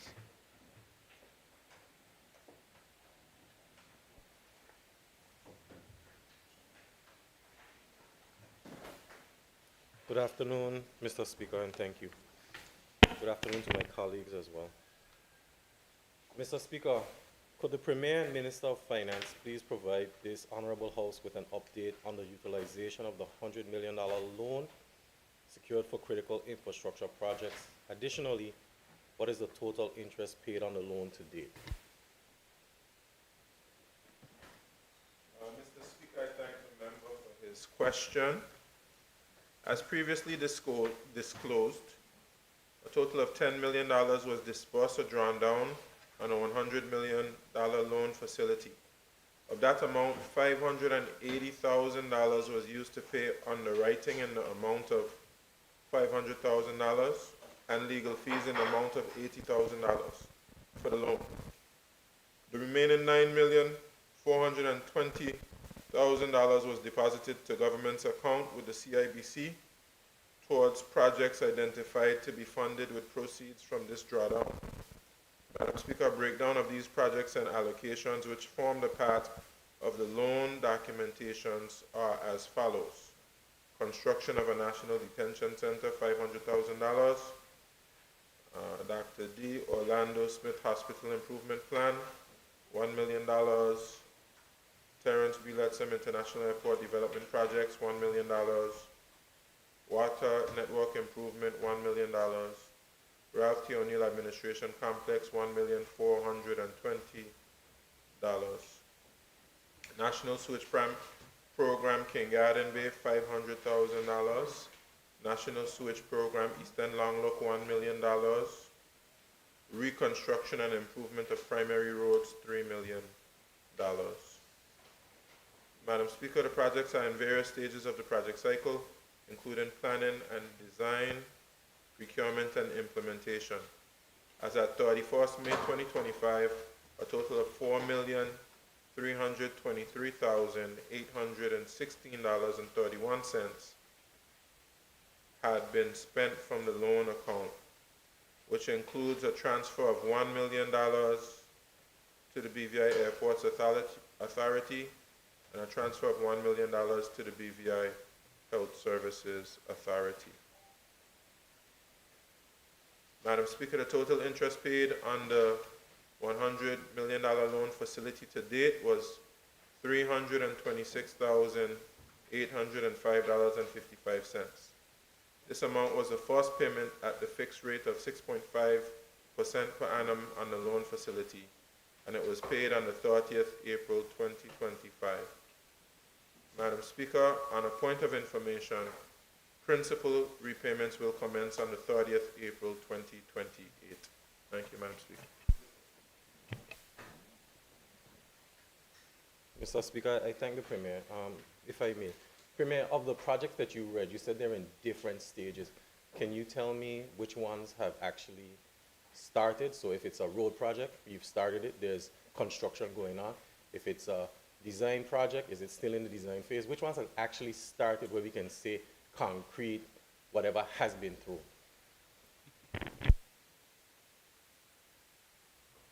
Mr. Speaker, I would say that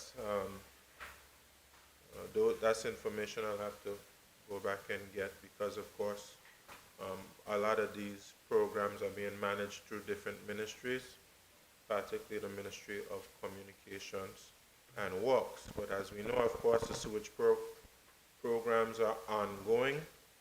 The administration complex is ongoing. The water network improvement is ongoing.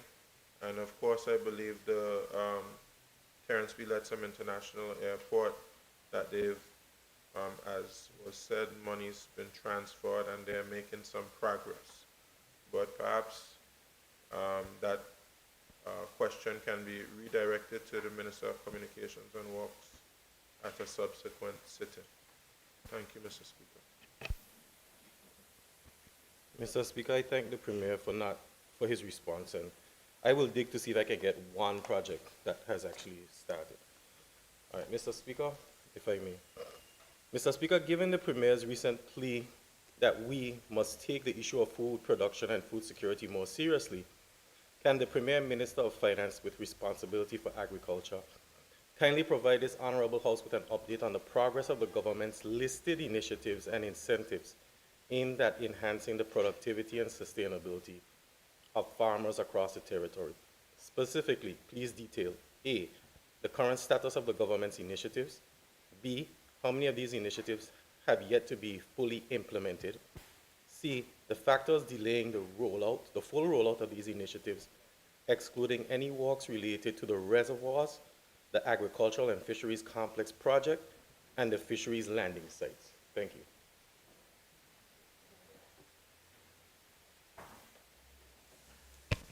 Mr. Speaker, the Department of Agriculture has quite a few initiatives in various stages of progression. The table below outlines the initiatives and the status. So it's presented in table form, and perhaps best if just handed over to the member after this question and answers is completed. Member Mather, would that satisfy you at this point? Mr. Speaker, I understand, but then I have section part A of the question asks the Premier for the current status, which he said I can get in the table, but B asks how many of these initiatives have yet to be fully implemented. I think the people of the Virginals would like to have an answer to that. And then it also asks about the initiatives excluding the walks, those factors which are delaying the full rollout. I didn't hear that. I don't know if I'm going to get that in a table. So I think the Premier can give me some more information. Be on the table, please.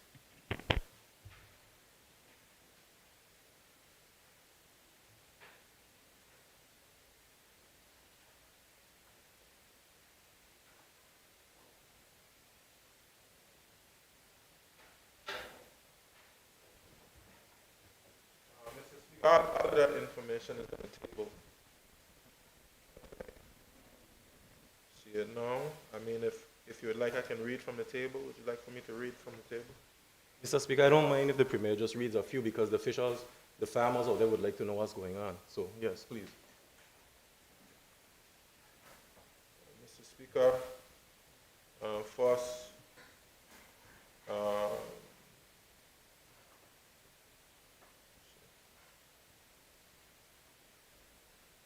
the first item on the table is the distribution of lands for agriculture on 4 major islands via licenses. Status: a review of available Crown land fit for agriculture and fish production or development on Virgin Gorda and Jasper Lake is being conducted. A policy on land use for farming is in the drafting process.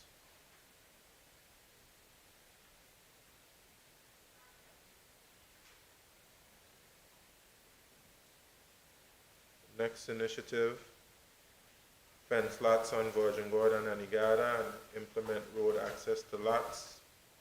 Status: the final determination of the fencing materials for Anegada is being conducted before purchase. 4, officially designate location for fish landing sites across the territory. The selection of fish landing sites is ongoing. For Tortola, we are strongly considering Baldus Bay and Carrot Bay. For Virgin Gorda, we are considering a site in North Sound. We look into areas for Anegada and Jasper Dyke. Next, we have begin design and construction of 2 landing sites. There are old design concepts and captured ideas of what all should be at a landing site. We will have a consultation with stakeholders in the coming months to note what they would like to see the landing sites equipped with. Completion of water policy. The draft water policy for farmers is being reviewed.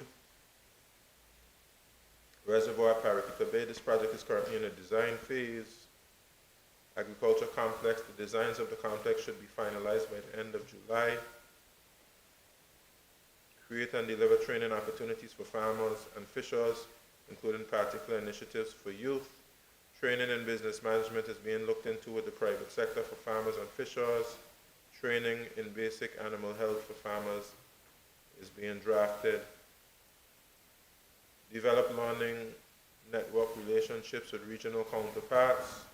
Discussion is ongoing with regional and international counterparts to build capacity among farmers and fishers.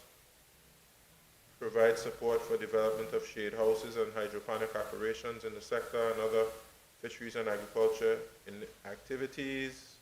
And a policy for the implementation of assistance grants for farmers and fishers has been drafted and is being finalized for submission to Cabinet within the coming weeks. Factors delaying the full rollout of initiatives. The initiatives outside of reservoir, complex, and landing sites are in the information gathering or development stage. As one stage is completed, another stage will begin until initiatives are fully implemented. That applies to all of the initiatives that I mentioned. Thank you, Mr. Speaker. Mr. Speaker, grateful for the Premier's response. I look forward to the table. I guess we can say that agriculture and fisheries are gathering information and getting ready to implement at some point. All right. I will review the table. Moving on, Mr. Speaker. Question number 3 for the Premier.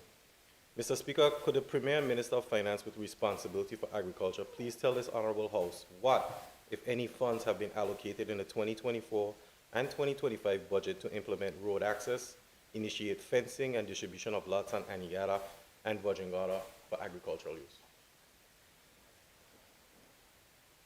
Thank you, Mr. Speaker. The amount of $240,300 was allotted for subdividing 45 acres on Anigada into 55 plots. Monies include the purchasing of fencing material, freight, transportation, and agent fees. Thank you, Mr. Speaker.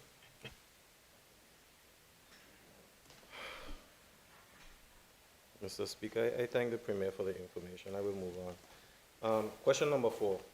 Mr. Speaker, could the Premier and Minister of Finance, who also holds the responsibility for culture, please tell this Honorable House, A, how has the Ministry of Culture integrated the Virgin Islands culture and heritage policy and strategy into government programs and development plans since its approval in 2023? B, what progress has been made towards drafting and enacting the Virgin Islands Culture Act, which is intended to provide a legal framework for the policy's implementation? And C, how much has been budgeted for the Department of Culture in the years 2022, 2023, 2024, and 2025, please? Mr. Speaker, I thank the Territorial at-large member for his question.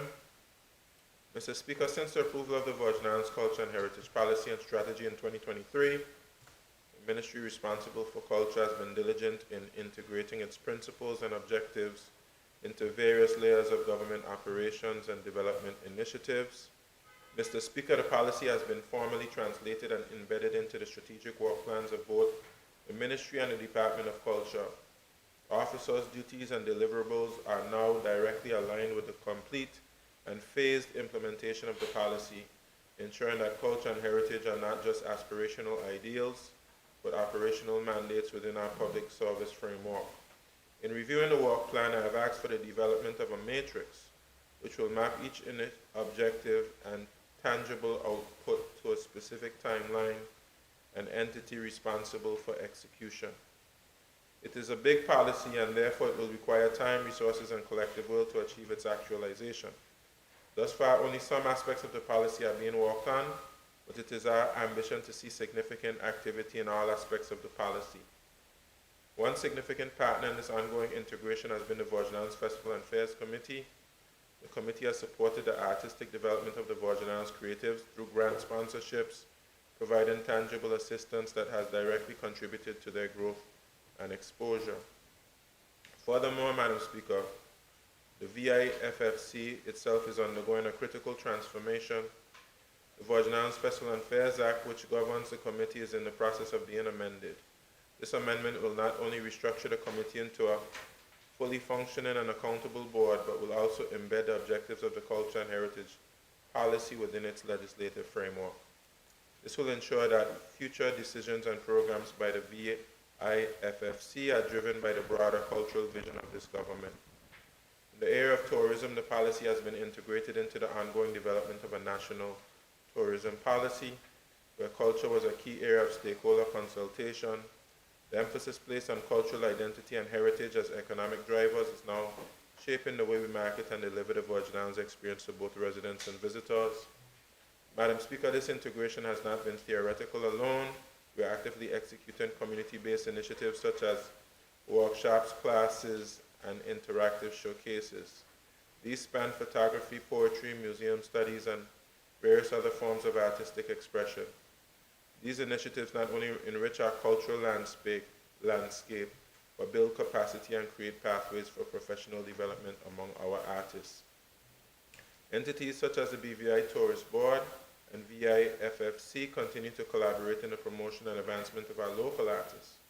Through coordinated events and cultural programming, we are ensuring our artists are seen, celebrated, and supported. Looking outward, the Ministry and the Department of Culture are presently preparing for participation in Carifesta, the Caribbean's premier cultural showcase. A delegation of Virgin Islands artists will represent our territory, not only to share our unique heritage, but to contribute to the collective development of regional culture and identity. Madam Speaker, the policy also mandates the development of museums as critical cultural infrastructure.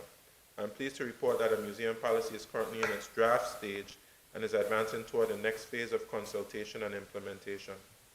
Finally, culture in education remains a vital part of our national vision. Interministerial collaboration, particularly with the Ministry of Education, is ongoing to enhance cultural content and experiences within our schools. This includes curriculum enrichment, school-based programming, and greater engagement with cultural practitioners.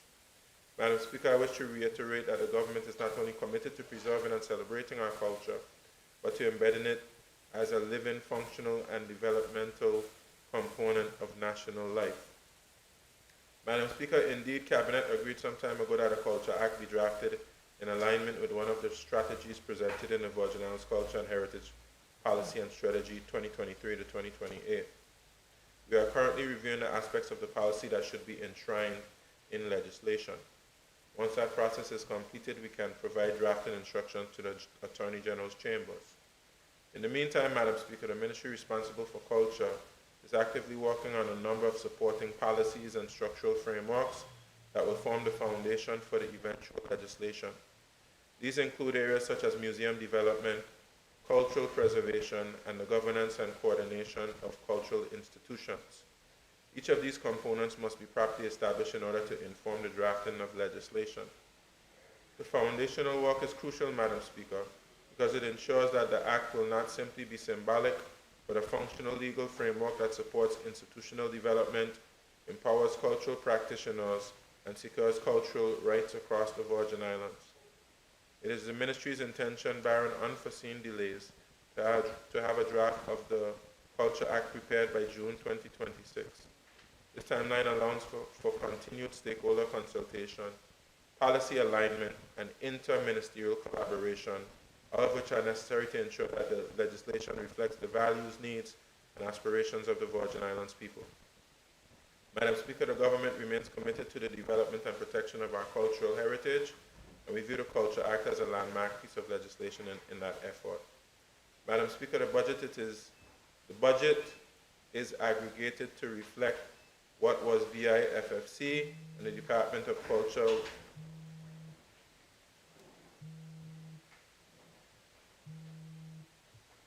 The budget, it is aggregated to reflect what was VIFFC and the Department of Culture was allocated and received. Something's not making sense there.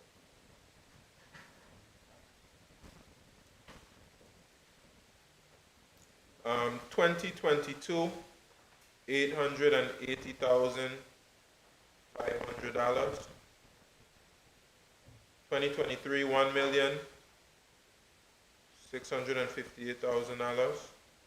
2024, $1,733,100. 2025, $1,653,800. Thank you, Mr. Speaker.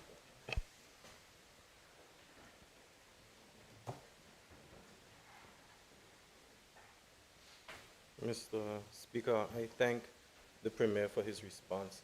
Premier, it was great to hear that you said that you've asked the Department of Culture to give you a matrix. The policy itself is in year 2 and we have 3 years left. How soon? Say that again, please. Okay.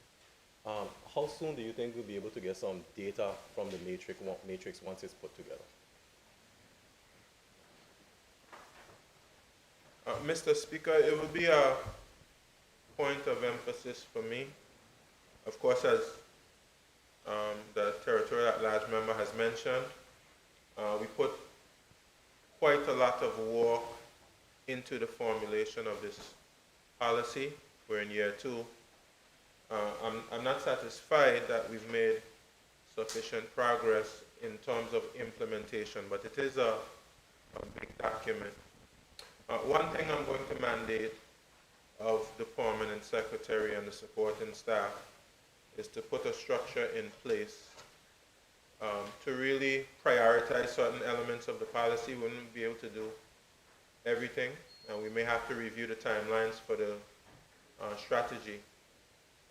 And then, of course, I would anticipate that I'll be able to report back, most likely sometime in the 3rd or 4th quarter, in terms of mapping certain priorities in the policy and strategy to concrete actions, including in preparation for the 2026 budget. So again, to emphasize, Mr. Speaker, I would say I would anticipate by the 3rd quarter, and especially in preparation for the 2026 budget, I'll be in a position to have a matrix with an updated list of priorities that we can actually tie to tangible actions. Thank you, Mr.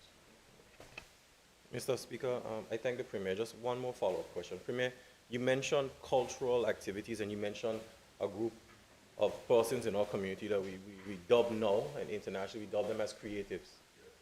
Within the policy and the reviewing of the policy and looking towards the act, will there be any framework in there for creatives where we're creating a base that nurtures creatives to the point of looking at how do we boost that industry, similar to how other Caribbean countries like Grenada has created and boosted their creatives in their country?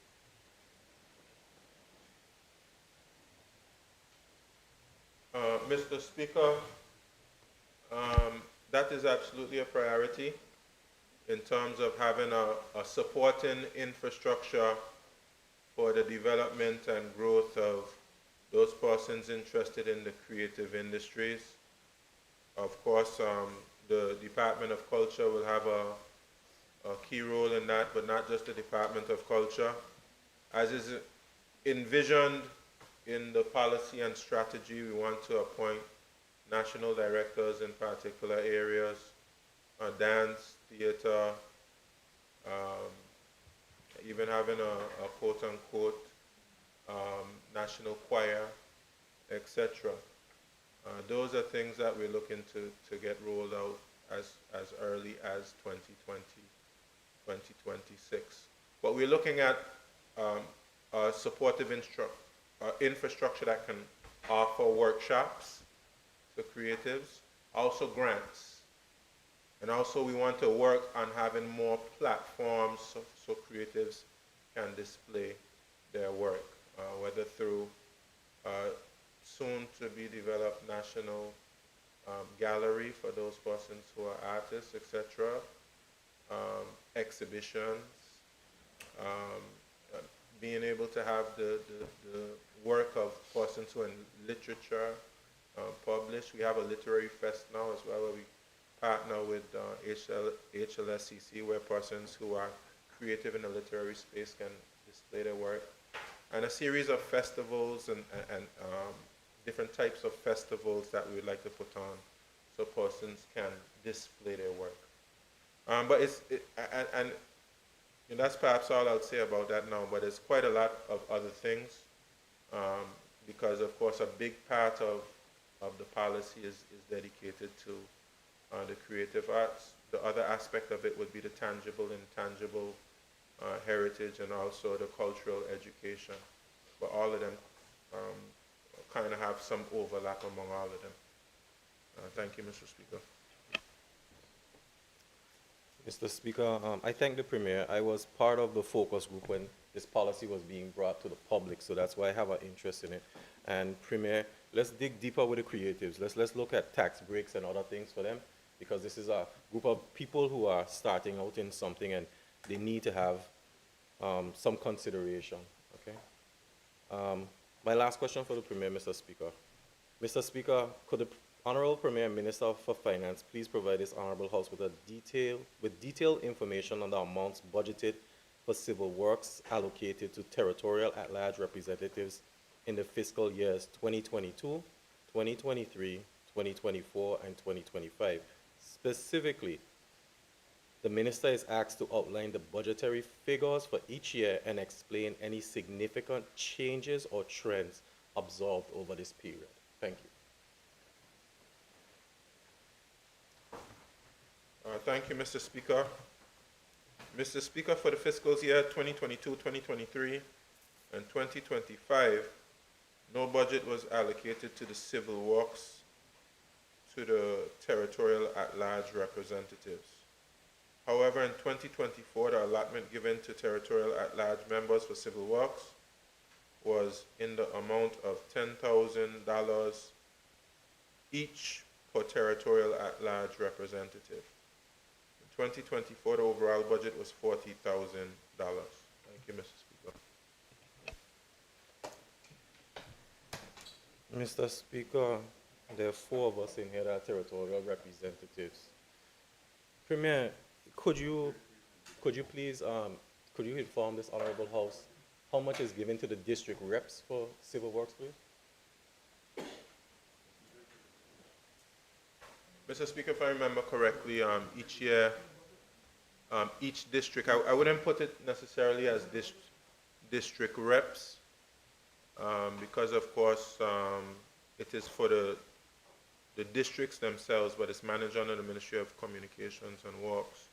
Of course, members would be able to appeal for works to be done in particular areas with that money, but it's really under the stewardship and responsibility of the Ministry of Communications and Works, and it's divided among the 9 districts of the territory.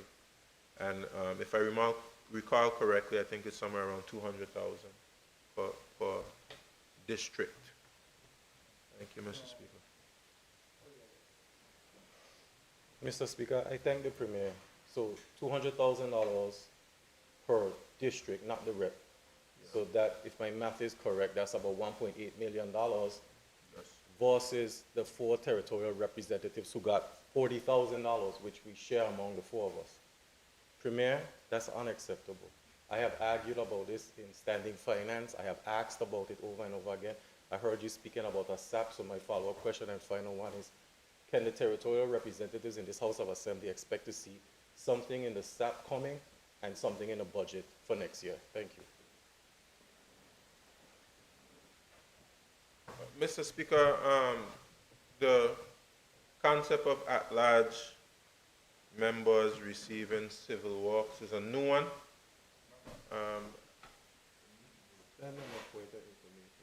Well, I mean, based on my knowledge, the civil works is not for any specific member of the House, but mainly for areas of the Virgin Islands.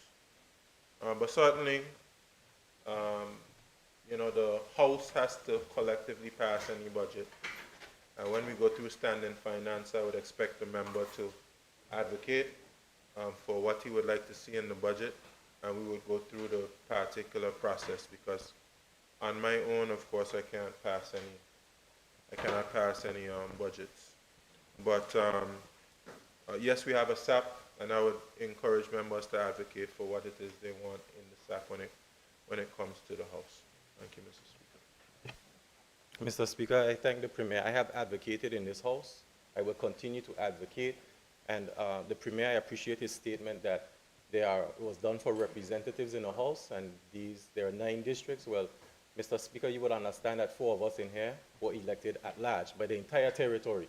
So I think that counts for something. And the territorial at large seats started in 1994, 1995. I think that's been what? How many years? Do the math. Yes, 30 years, Premier. A lot can be done in 30 years to get it where it needs to be. So I understand you do not pass the budget on your own, but there are 4 of us in here that are lobbying. And there are 9 others. So I know you can do the math on that one too. Mr. Speaker, I want to thank the Premier for his responses. And I can hear that my colleague on my left, Territorial Representative Honorable Skelton, is offering some comments to the Premier, so we will figure it out. Mr. Speaker, I want to thank the Premier for his responses, and if I can move on. I have questions for the Deputy Premier, but I know he's not here, so we will move past that. Hopefully those will be moved to the next order paper, and I will move on now to the Minister of Communications and Works, please. Mr. Speaker, question 1 for the Minister of Communications and Works. Mr. Speaker, could the Minister of Communications and Works please tell this Honorable House what is the status of the additional lane constructed parallel to the Queen Elizabeth Park in Road Town?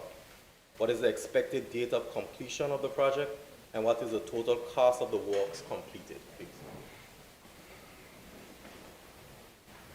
Thank you for your question, Madam Speaker. I can confirm that this project is active and it's part of a wider initiative.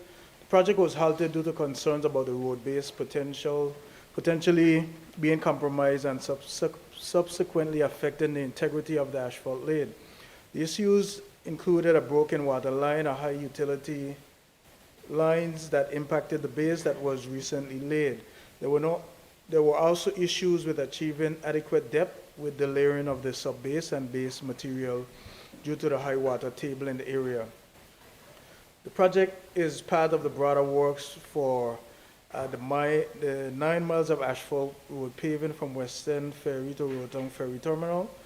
Madam Speaker, to date, a total of $180,743 has been expended for the project, the smaller project at QE2 Park, which started construction of sidewalks, drainage, and road preparatory works. Madam Speaker, the project is anticipated to recommence in the 4th quarter of 2025 and be completed by the 2nd quarter of 2026. Thank you. Mr. Speaker, I thank the Minister for the response. Could the Minister give a date of when this project began? Sorry? When did the project begin? Can't answer. Madam Speaker, this question was asked sometime last year. I think it was started by Public Works. We started doing the sidewalks, and then the ministry got involved in terms of the asphalt overlaying based on the funds that were allocated. But I think it did start last year. We had a challenge with we understand the high water table at that time. We did some testing. The surface was in a manner where we thought it was sponging.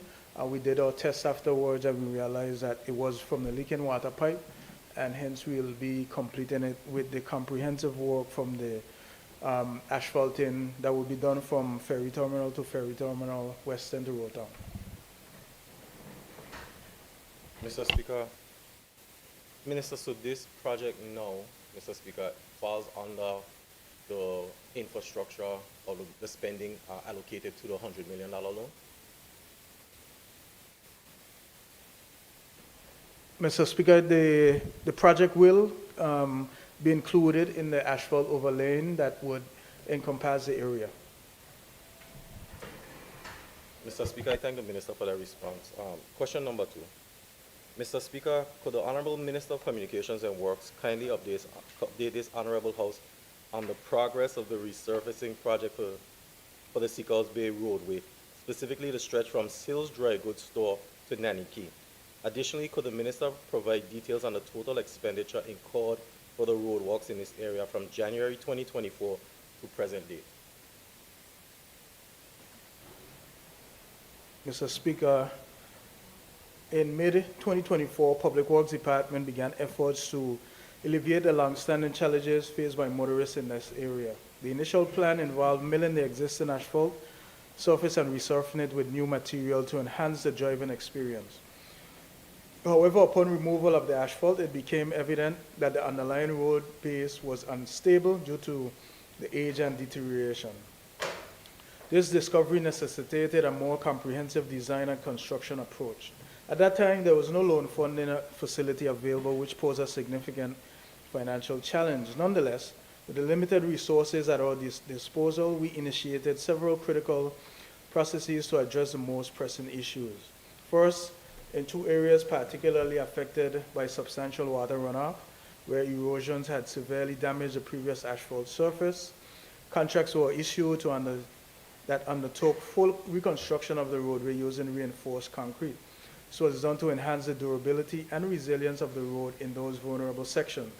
Second, we identified 3 key locations where drainage infrastructure had failed due to block pipe culverts. In response, new concrete box drains were constructed at these sites to ensure effective water flow and prevent future flooding or roadway degradation. Additionally, for the final drainage crossing near De La Santa Bakery, my ministry has worked in collaboration with the Ministry of Environment, Natural Resources, and Climate Change to demarc a clear drainage path extending to the sea. This intervention is critical for long-term flooding mitigation in the area. To ensure the long-term success of the project, we engaged a local surveyor and engineer to develop a comprehensive design plan spanning Ebenezer Thomas Primary School to the east, in the east to the bridge at Palestina in the west. This design includes the reconstruction of sidewalks, drains, and curbs, as well as the rebuilding of the roadway in the areas initially milled by Public Works Department. A tender for the rehabilitation of Seacousby Road and sidewalk has been submitted to the Ministry of Finance for publication via open tender.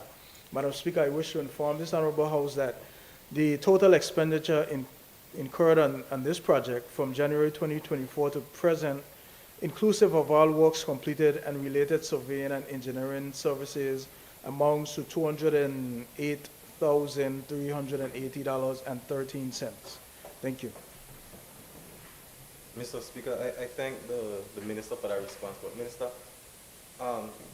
there was a point in time where all of us and members of the public would have been driving through Seacousby Bay, and we would have noticed that there were chunks of asphalt still left on the roadway up until the first week of June of this year, and then it was removed. I saw a backhoe and a truck.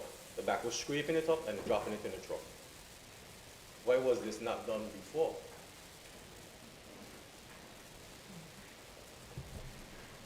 Madam Speaker, I mean, Mr. Speaker, it wasn't done before, but it was done then, and we had, we're happy that we got to the point where it's passable.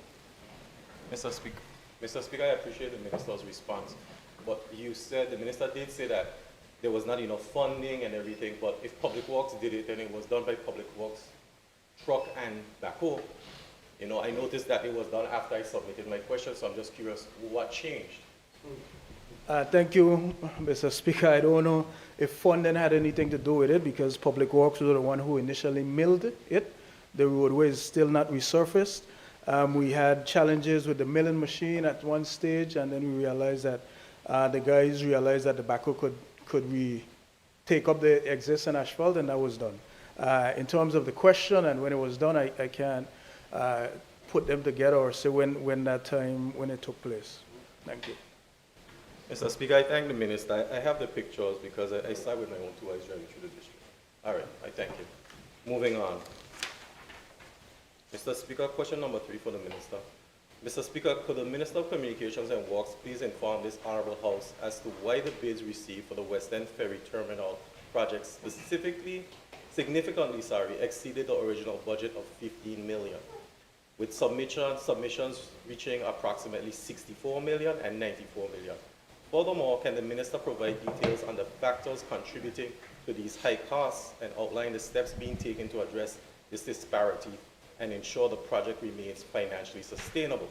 Additionally, what is the total expenditure for the design phase and other expenses incurred on the project to date?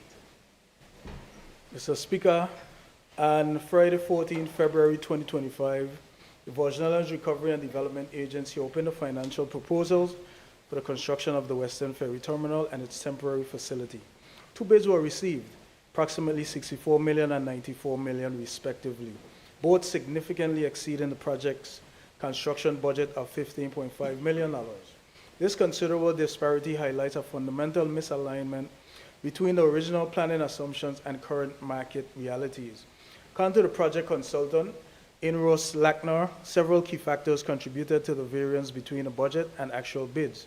These include outdated cost estimates, substantial increases in construction material and labor costs, as well as unforeseen site-specific challenges, particularly those inherent in marine and coastal construction and integration of a temporary ferry terminal. In response, the design consultant provided a comprehensive analysis contextualizing the cost escalation within broader regional and global trends. Their findings included the following. 1. The design consultant reference reports, including from BCQS International, which indicate the construction costs in the Caribbean, BVI included, rose by an average of 19.22% between 2021 and 2022. Some territories, such as Barbados, experienced a cumulative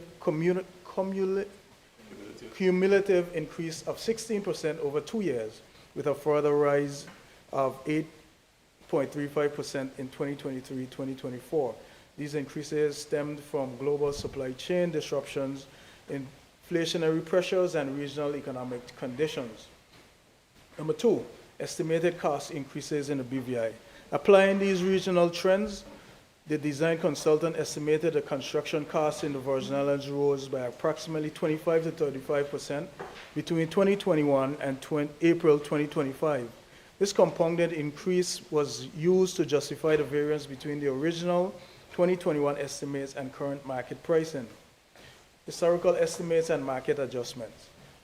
The initial 2021 conceptual design carried a projected cost of approximately $13 million USD, with a variance range of plus or minus 20%. Adjusted for inflation and any other escalation factors, the updated cost reflecting detailed design, temporary jetty inclusion, and market conditions was estimated at roughly $26 million, which above initial budget.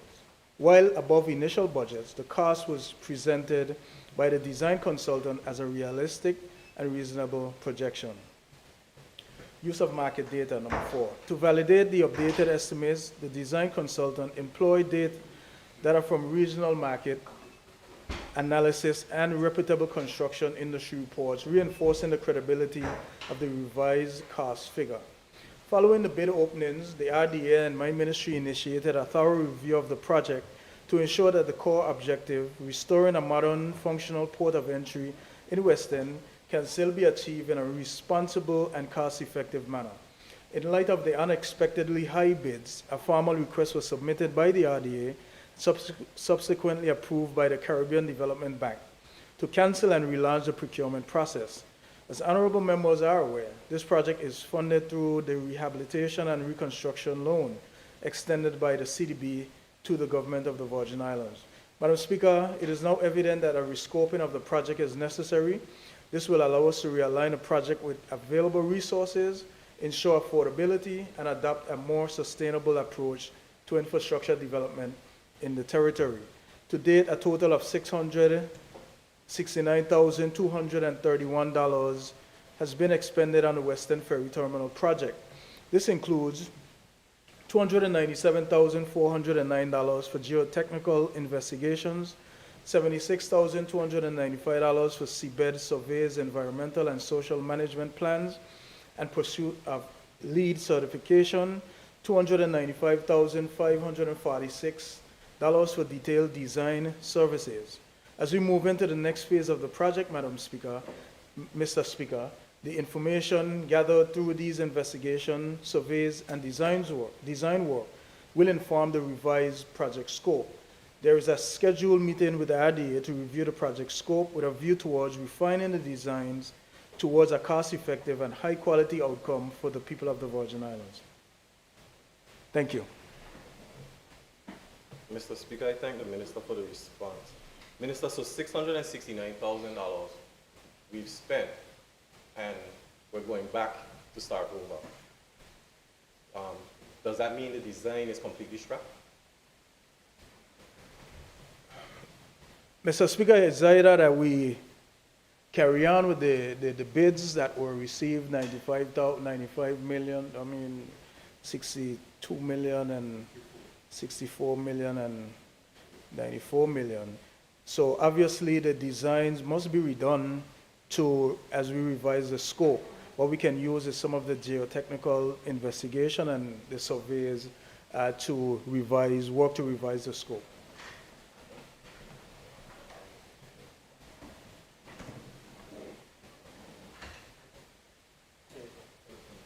Mr. Speaker, according to Standing Orders 18.4, I am going to, and it says supplementary questions can be asked by the originator of the question or by another member with permission of the originator. So I give my other supplementary question to the Leader of the Opposition.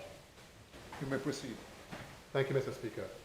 Mr. Speaker, I'm wondering if the good minister could tell us, have you taken a look at what exists at Red Hook?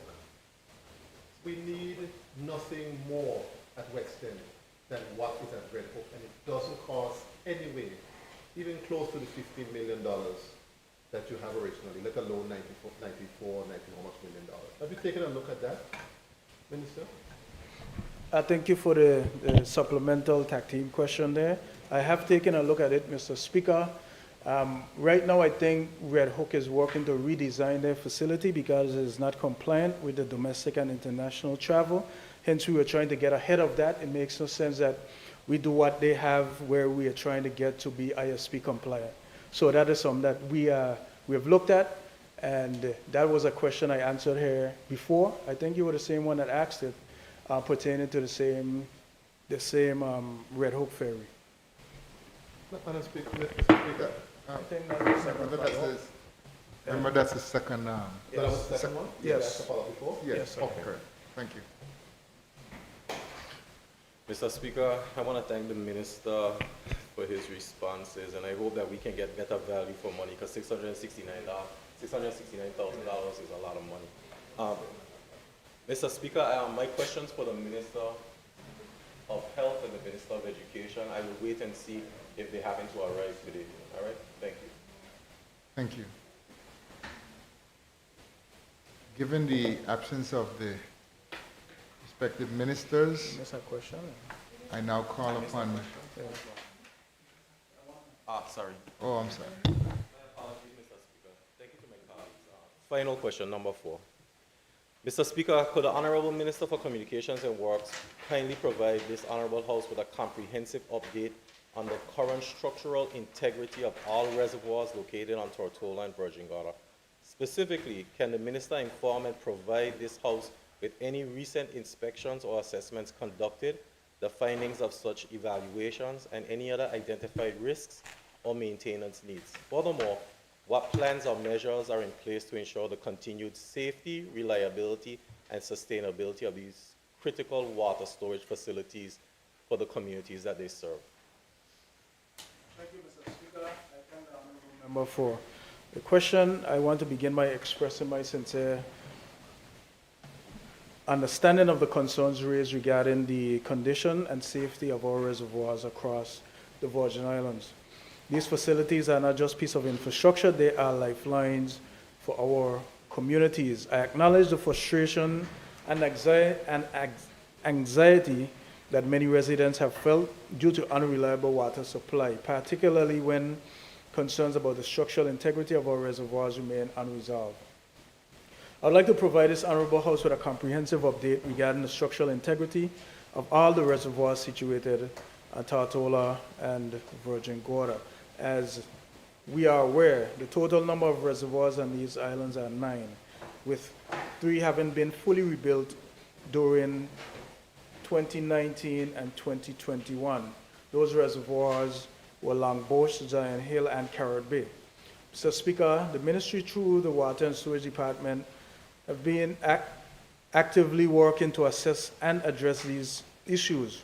Recent inspections have been carried out on several key reservoirs, including Fort Hill, Sabbath Hill, Hannah Hill, Balsam Gut, and Virgin Gorda facilities. Preliminary evaluation have revealed a number of structural deficiencies, some minor, others more pressing, ranges from leaks and cracks to agent fittings and insufficient protective coatings and roof covering. Ministry has submitted a tender document to the procurement unit within the Ministry of Finance for the repair of reservoirs located at Hannah Hill, Fort Hill, Sabbath Hill, and Balsam Button Tortola, as well as Minton Hill and Virgin Gorda. The scope of the repairs is based on the current condition of each reservoir and involves addressing significant issues such as persistent leaks and the replacement of compromised roof dome. With the completion of the tender, each of the 5 reservoirs will be rehabilitated to comply with international standards. In addition, a 1-year warranty on defects will be included as part of the project to guarantee the quality of works performed. This tender is currently active, with bids scheduled to close by the end of this month. Mr. Speaker, a general assessment of the reservoirs at the various sites reveals substantial corrosion of the bolts in many areas that require replacement. And additionally, at some sites, the concrete foundation base appears to be showing signs of spalling and cracks, to which a full structural analysis is required. Finally, the joints at the areas of the panel that make up the reservoir tanks are brittle, and there are some areas of small leaks which need to be addressed. Mr. Speaker, limited resources and funding have curtailed the ability to adequately mitigate some of these challenges, resulting in the current deterioration situation. Mr. Speaker, following on from the repair of these reservoirs and engagement with the manufacturers of the tank to conduct quarterly assessment and maintenance repair to ensure the structural integrity of the reservoirs would be pursued as a measure to safeguard our water supply infrastructure and extend the lifespan of these critical assets. Mr. Speaker, I thank you. Mr. Speaker, I thank the Minister for his responses. I haven't been able to go into my email to look at the responses, and I'm hoping he provided some of the reports that I asked for, if there were any. Minister, are there any of the reservoirs you listed, is there concern that any of those reservoirs, given the deteriorating state of them, are you worried about their integrity in terms of any of them bursting? Mr. Speaker, I think we are worried about all of them.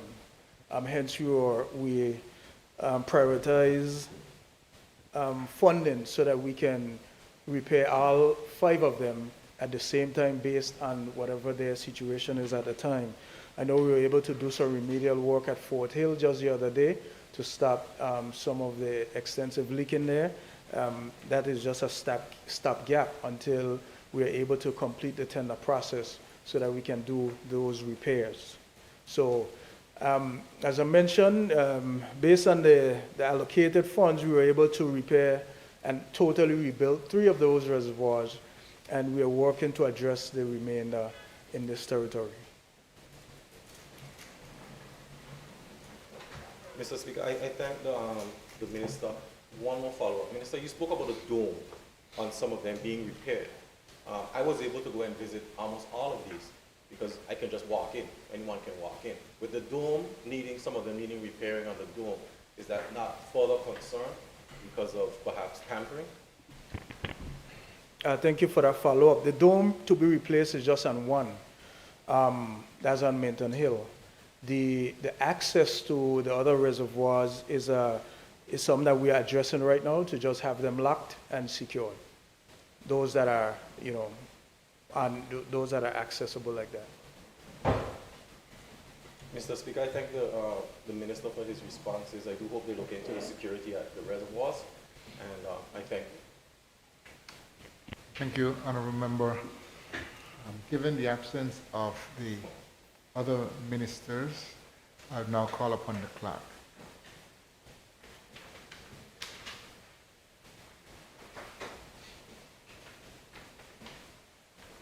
Item number 9, public business, government business.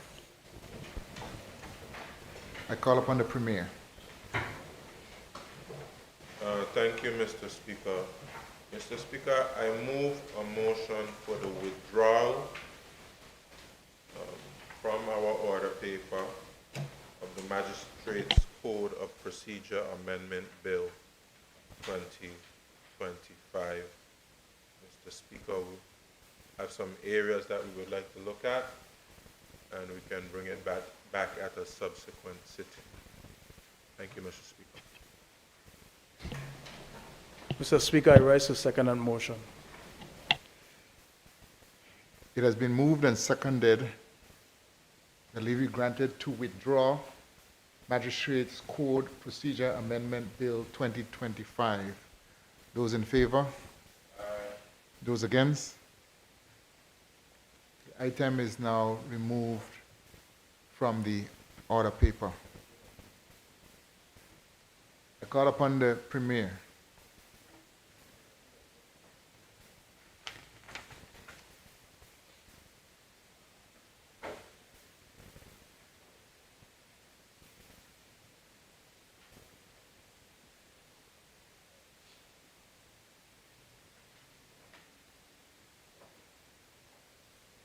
Thank you, Mr. Speaker.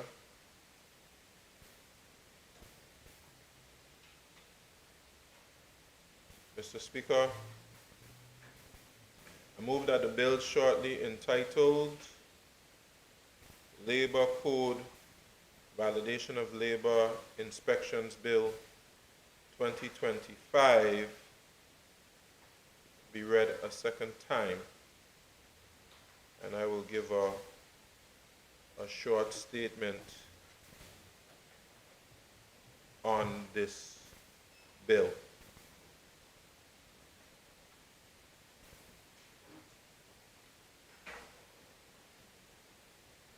Bear with me just a few minutes, Mr. Speaker.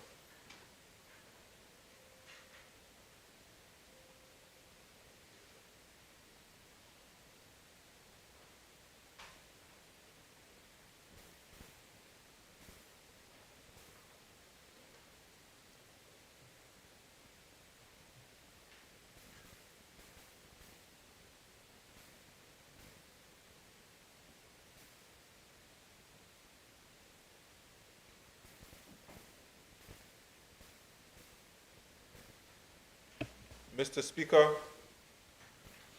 Part 1 of the Labor Code 2010 outlines the roles and responsibilities of labor inspectors. Labor inspectors, along with the Labor Commissioner, are entrusted with enforcing labor laws, providing guidance to employers and employees, and ensuring safe and fair working environments. Their duties encompass inspection activities, report generation, data collection, and involvement in dispute resolution processes. The Labor Code grants labor inspectors significant authority, which includes entering workplaces, conducting examinations, requesting relevant documentation, issuing warnings for violations, and collaborating with law enforcement when necessary. Section 12 of the Labor Code mandates the formal designation and certification of labor inspectors by the minister through an order published in the Virgin Islands Official Gazette.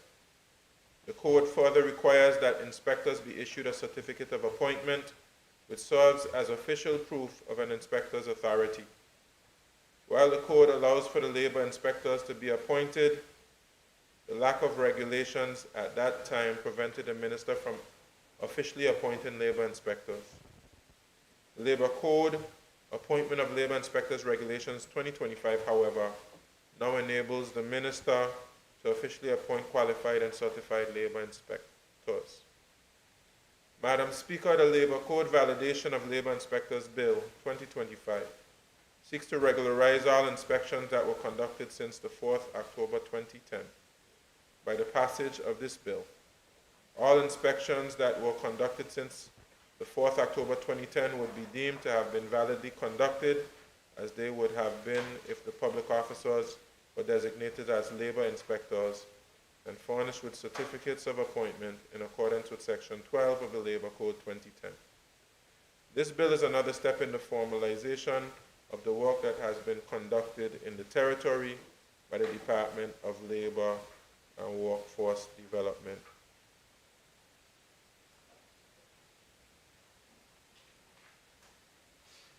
Mr. Speaker, I thank you. Mr. Speaker, I rise to second the motion. It has been moved and seconded that the bill shortly entitled Labor Code, Validation of Labor Inspections Bill 2025 be now read a second time. Those in favor?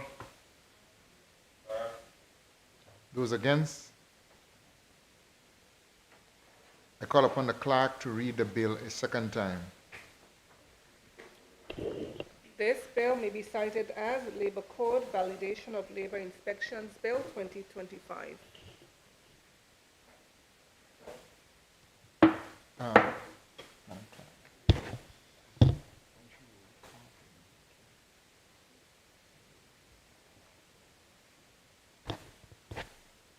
Members, apologies for a procedural error. I should have actually opened the floor for debate.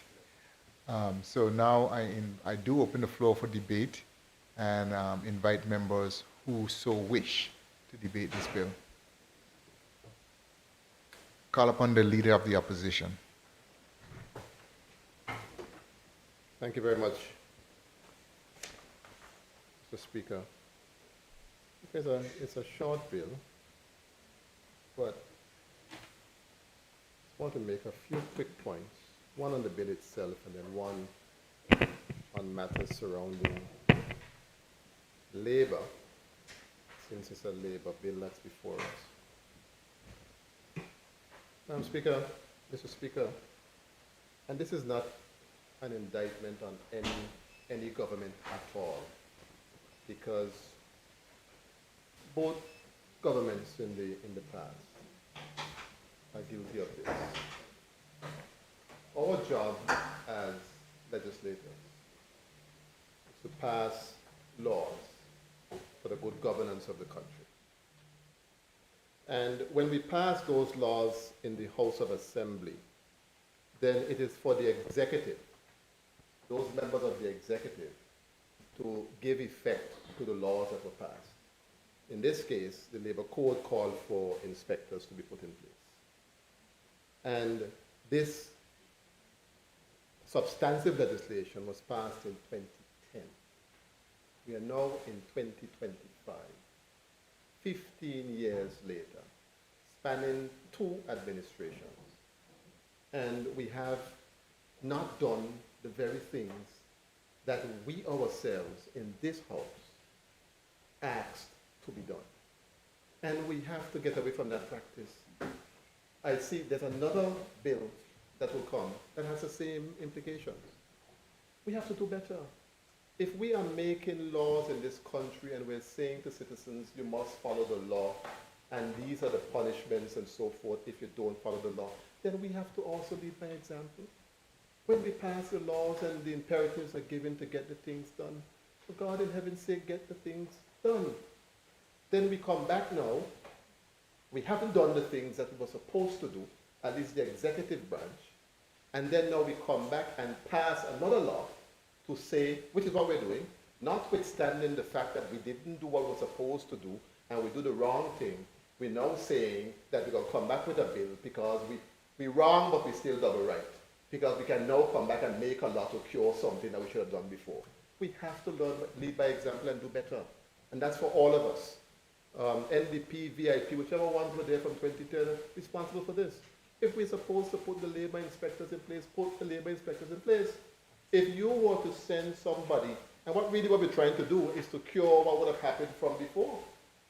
If somebody took the government to court, because in the Labor Code there are special powers that are given to the inspector. It's not for anybody to be able to use those powers. There's specific powers for the inspectors. And if something had happened and somebody aggrieved, took the government to court, the government would not have a leg to stand on. And so we're putting the government's purse and taxpayers' money at risk because we are not doing the things, Mr. Speaker, that we're supposed to do. And I implore all of us, because I'm taking part of the blame, even though I'm not a minister of labor, I was part of a government. That could have been fixed from then.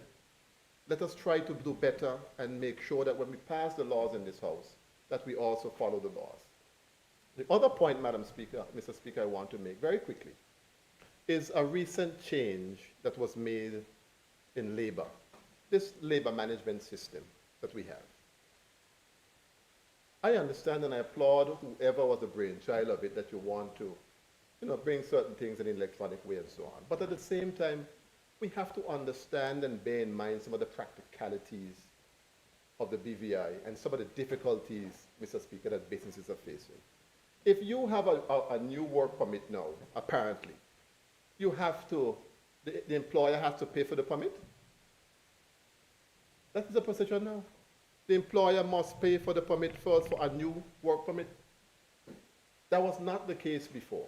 And I want to understand why. Businesses are already having a difficult time even staying afloat. Why would you put that additional burden of paying for new work permits on employers? Why would you do that? Mr. Speaker, you've been involved in business, hospitality in particular. You know that when you hire somebody in a restaurant or hotel, and the laws already say you cannot look for employment while you're on the island. That's the law of the land. So ostensibly, employers are buying a pig in a bag, for want of a better term. You don't know what you're getting. You put in a work permit, the person said they could do, and when they come, half the time they can't do. I had that experience. I had a lady, I was looking for a baker many years ago. The woman went to stand upside somebody cake and said, "Is she bake it?" Nothing tall go so. She come here, she couldn't even knead flour. But by then now, based on what the government has done now, I would have had to pay for the work permit for that lady to come in. And then when time comes, I got to get rid of her. How am I going to get back my money? How am I going to get that money back? You can't do that to the employers. We're already having a difficult time. The employers are begging for a little grant. Give us a little grant. I ain't begging for myself, I'm talking for other people. Give us a little grant to keep us afloat. Nothing is coming. And now on top of that, you put the cost. And some of those permits are expensive depending on the role. Because remember, we went back in the last administration, our administration, and made some changes to the structuring of work permits and so on to make it more equitable and so on. So some of the permits can end up being very expensive. And you're paying for people that you don't know what they can do. So we have to be very careful and practical, Mr. Speaker, with some of the things that we're doing. I saw a letter where that was issued by Labor Department that is also telling the employer where to go and pay the fee, and they must bring the passport of the person who they're employing. How do I get the passport? Where do I get it from? The person not in the island, they cannot be in the island while the permit is being processed. How do I get a passport to carry to the counter? We are not thinking, we have to be more practical and understand. And I applaud, yes, you want to make the system a little better, but you have to also bear in mind, you have to work with the people on the ground and don't create undue hardship, Mr. Speaker, for people. We got to think about our systems. We got to think about our systems. We have a similar situation in the system that we have now at the airport when you're coming in the country. You have a long form. All we basically do is take the same long form and make it electronically. Make it electronic. Okay, good. We make it electronic. We want to save some trees. But could we put something where you could edit? We had this conversation where you could edit, save it somewhere. If I come in today, let's say I went St. Thomas last week, right? I fill out the form. I'll go back to St. Thomas next week. I got to come fill out the same long form again. The only thing changed on it is it's a gone St. Thomas. Everything else remained the same. My name, my address, everything remained the same. Let us try to see how we can make things a little easier for people in the country. And the same is the case with the labor thing. Go on and change that thing. Let people pay for their own permit. Let them pay for their own permit and stop putting all these burdens on top of the employers who are already having a difficult time. So, Premier, looking at you when I'm talking, you're the Minister of Labor. Fix it and get it straight, get it sorted out. Those are my contributions, Mr. Speaker. Thank you. Anyone else wishes to debate? Call upon the member for the 2nd District. Thank you, Mr. Speaker. Mr. I stand to debate the bill before us, and the leader opposition said he was never Labour minister. I had a little 10 months there in the cupboard in the cabinet as Labour minister. Tried to do as best as I could given the time that was had. But, Mr. Speaker, I know specifically that when I became minister, this was one of the things in reviewing the labor code and understanding the then composite of the Labor and Workforce Development Department, that we had listed inspectors, but nowhere was it commissioned by this honorable house for them to be. So we went through a process that Honorable Premier would recall, that we started to try to ensure that persons receive their certification, etc., because I think at one point they had one inspector listed, and then you had other persons assisting, but according to law, these persons didn't and couldn't exist. So, Mr. Speaker, I understand the cleanup exercise. The leader opposition, I don't know if he was in my notes, but I took some time because I spent a lot of time in the labor code for a number of reasons, even before being elected. And I just want to reiterate the fact that it's been 15 years since the labor code came into force in October 2010. And then Section 111, which deals with the retirement benefits, came into force of April of the 2011. And I know that off my head because that's what I used to do. But, Mr. Speaker, I have some questions as it relates to what we are doing now, because, and I'm hoping it doesn't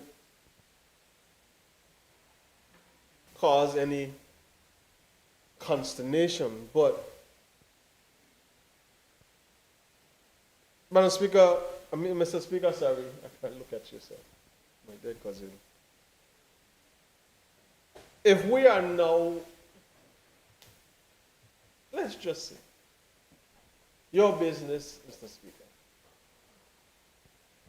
was doing something what is considered under the radar, so to speak, under the levels of legality. And people come to your office and they come in to inspect you from labor, they come in to sort your place, they come in to investigate and this and that. And for whatever reason you were issued fines and penalties or whatever the case may be. Mr. Speaker, that would have been from 2010 to today. Then you're saying to that same business owner, to yourself, Mr. Speaker, that what was done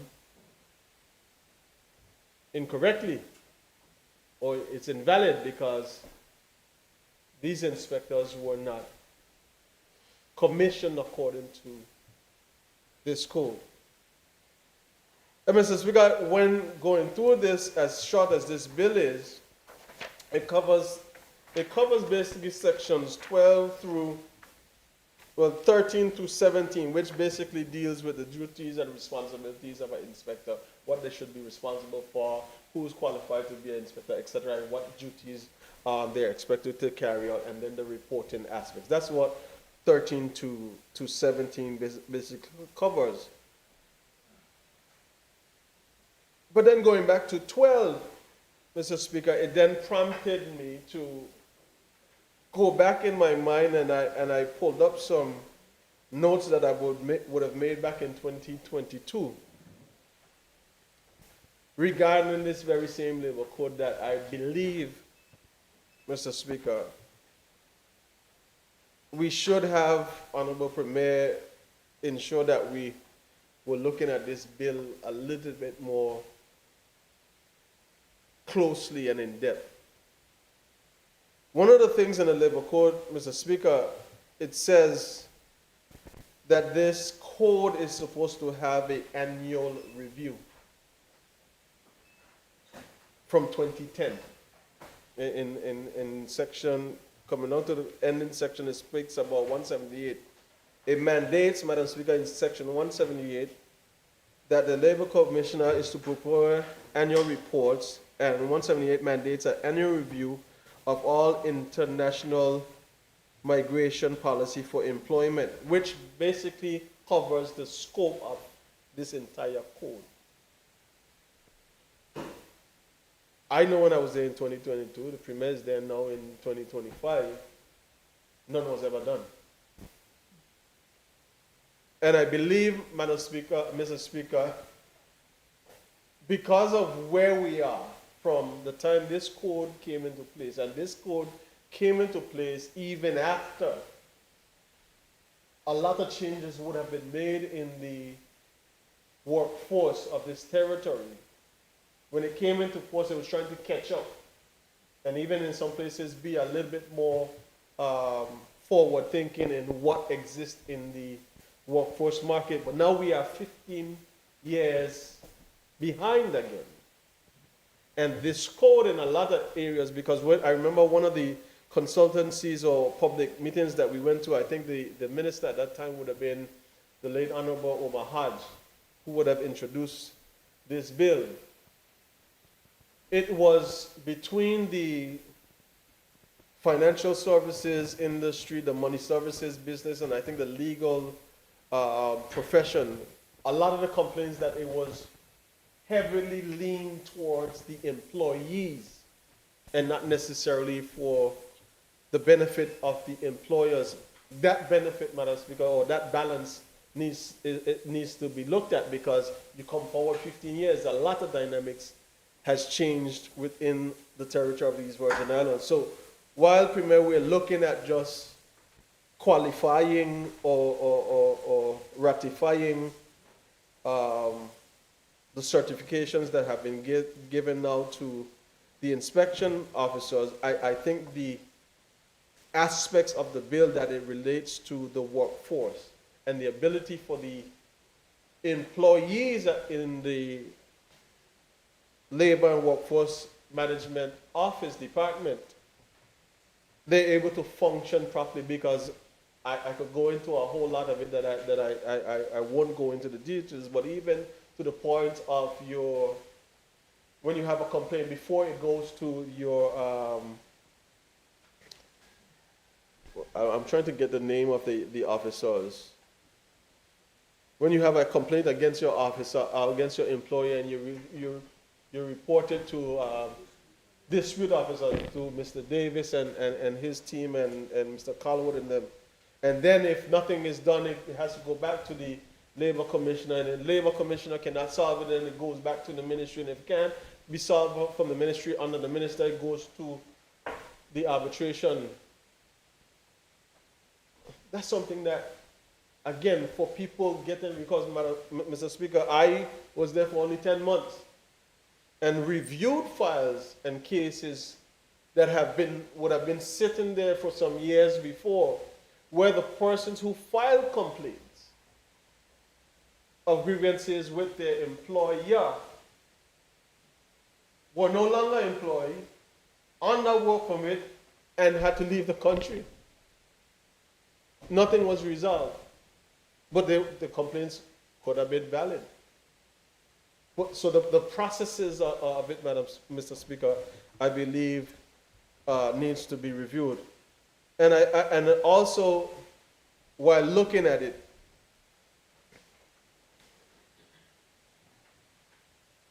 it creates risk, because, Mr. Speaker, all you have to do is let something sit long enough.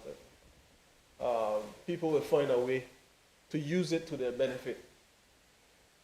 And whether it's the employer using it to their benefit or the employee using it to their benefit, who is disadvantaged is the government of this territory, because if suits are filed against us based on this code, and there's been many, Mr. Speaker, then it creates this problem that we need to address. I'm going to give you another for instance.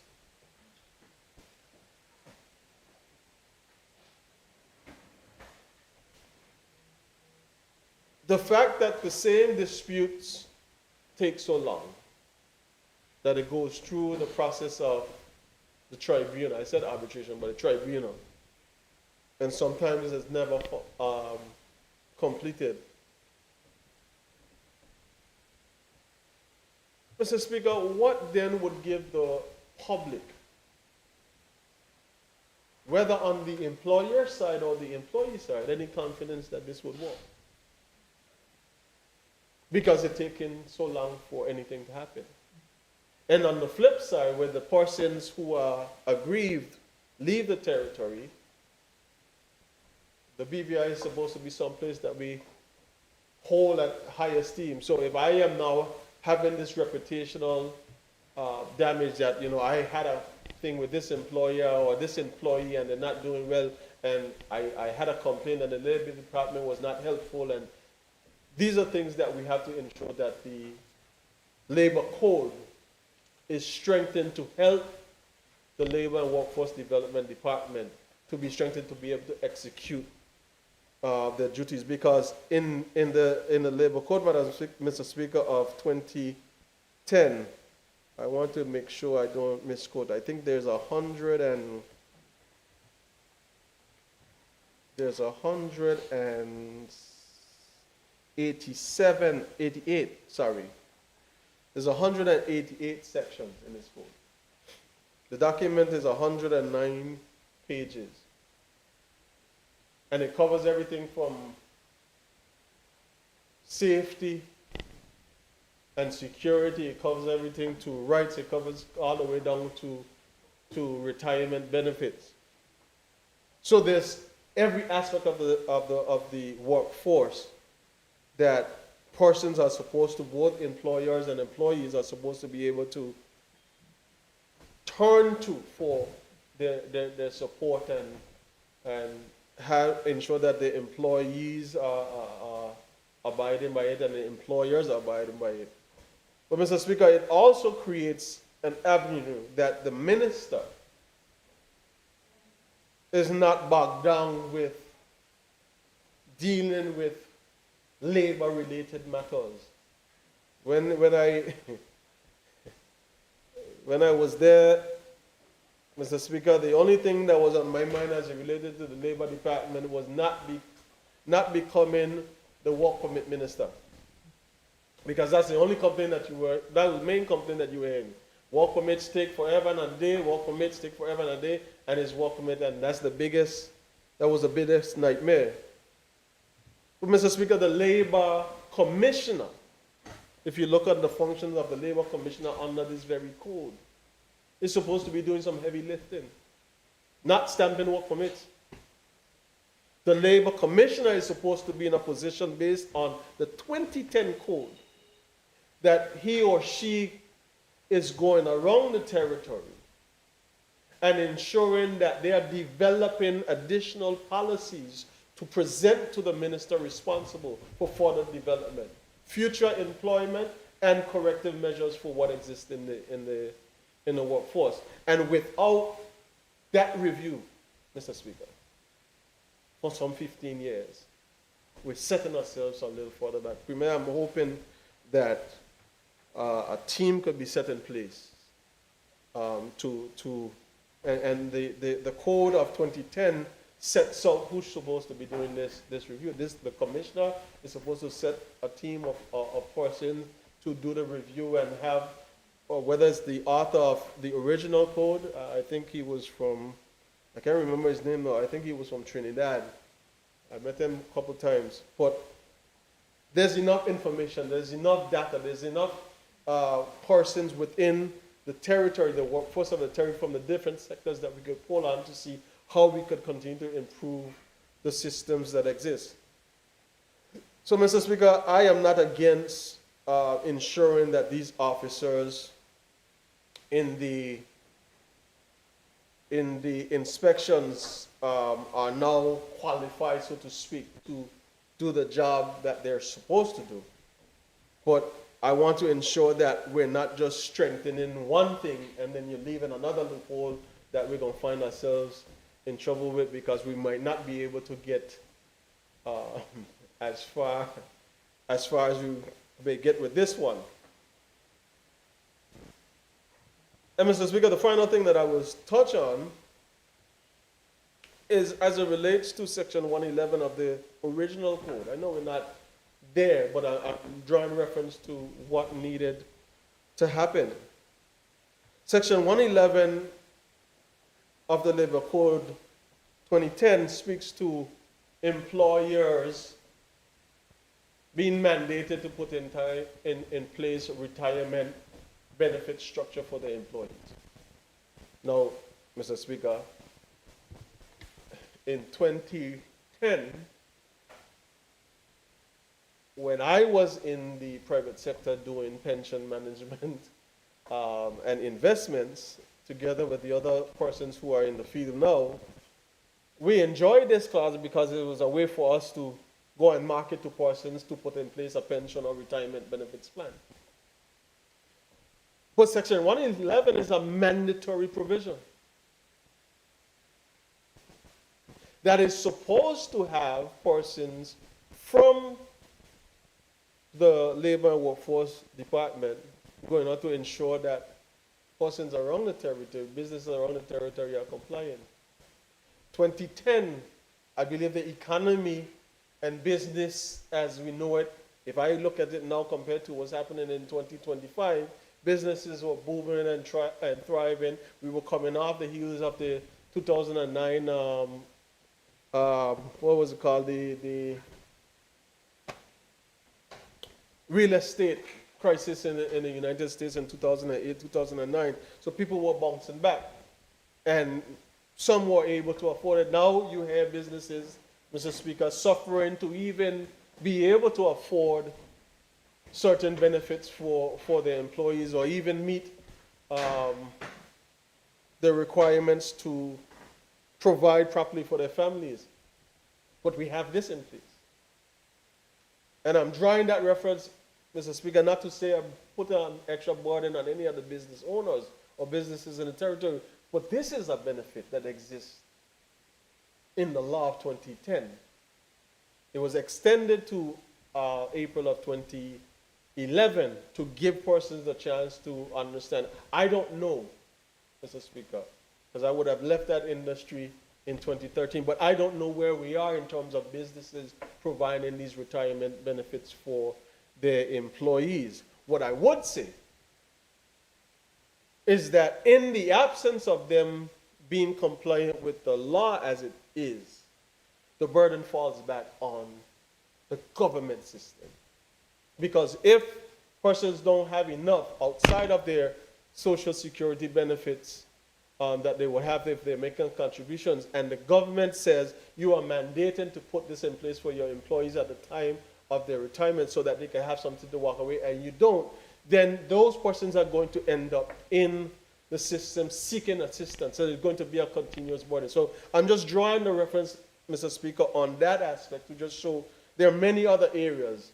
Health and safety is another one, but there are many other areas in this particular legislation, piece of substantial legislation, that we need to review to see what else we could do, because the workforce is not getting any smaller.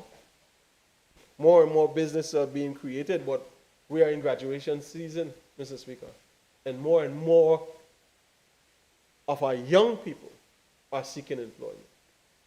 But if they're seeking employment, there must be something that they can hold in their hand, the Labor Code of 2010, or which was reviewed in 2025, or whatever the case may be, Madam Speaker, Mr. Speaker, that they could say, listen, this is my guide. And when I go to the Labor Department, when I go to the minister responsible for labor, I'm working with this. So if I'm being mistreated by my employer, or my employees are not following through, I could follow this to deal with them. But without that, Mr. Speaker, we kind of walk in circles.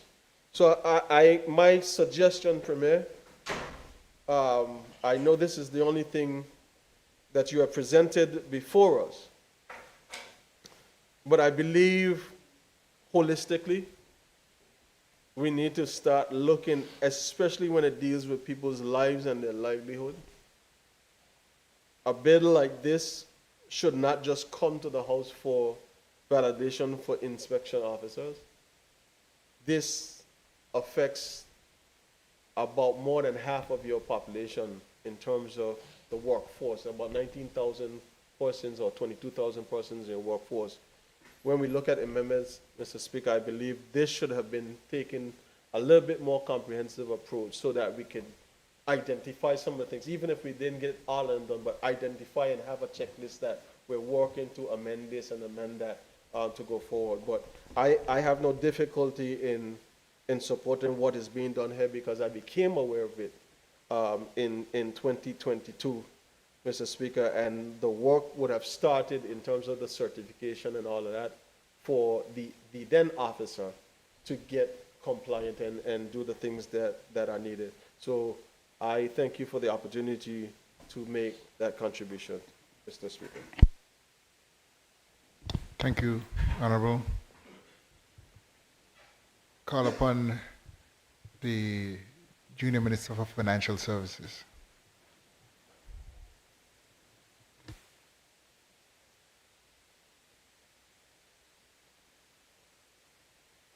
I rise to support the Labor Code, the validation of the Labor Inspection Bill.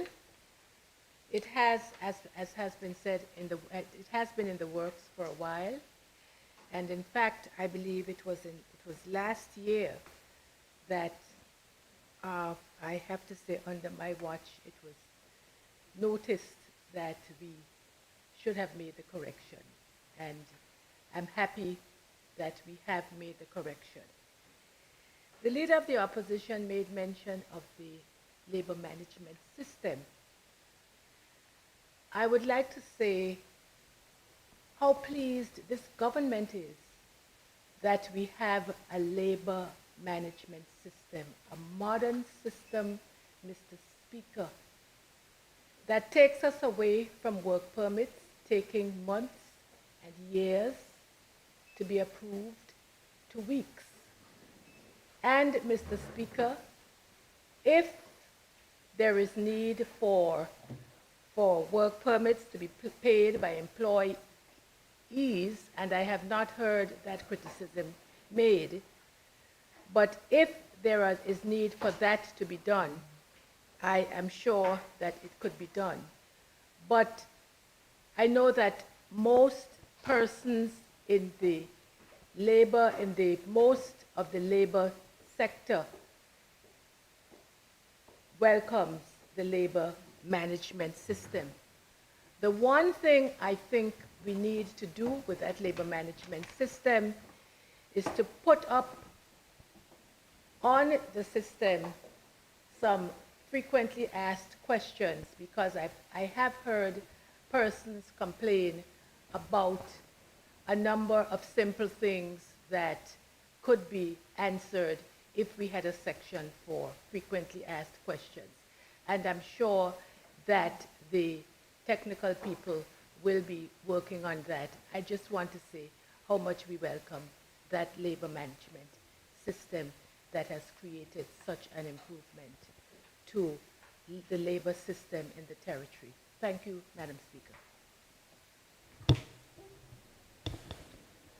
I recognize the territorial at-large member, Honorable Ronnie Skelton.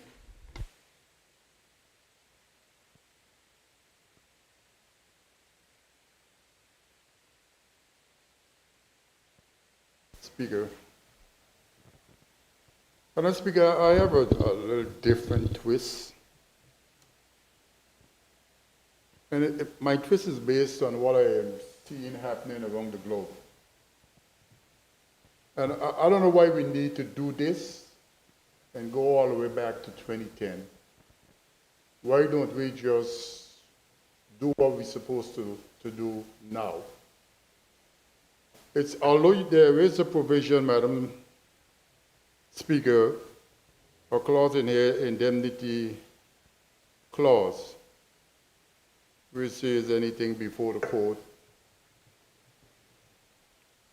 will remain before the court, and whatever decision is still valid. But when you see some of the stuff, especially in labor, where people are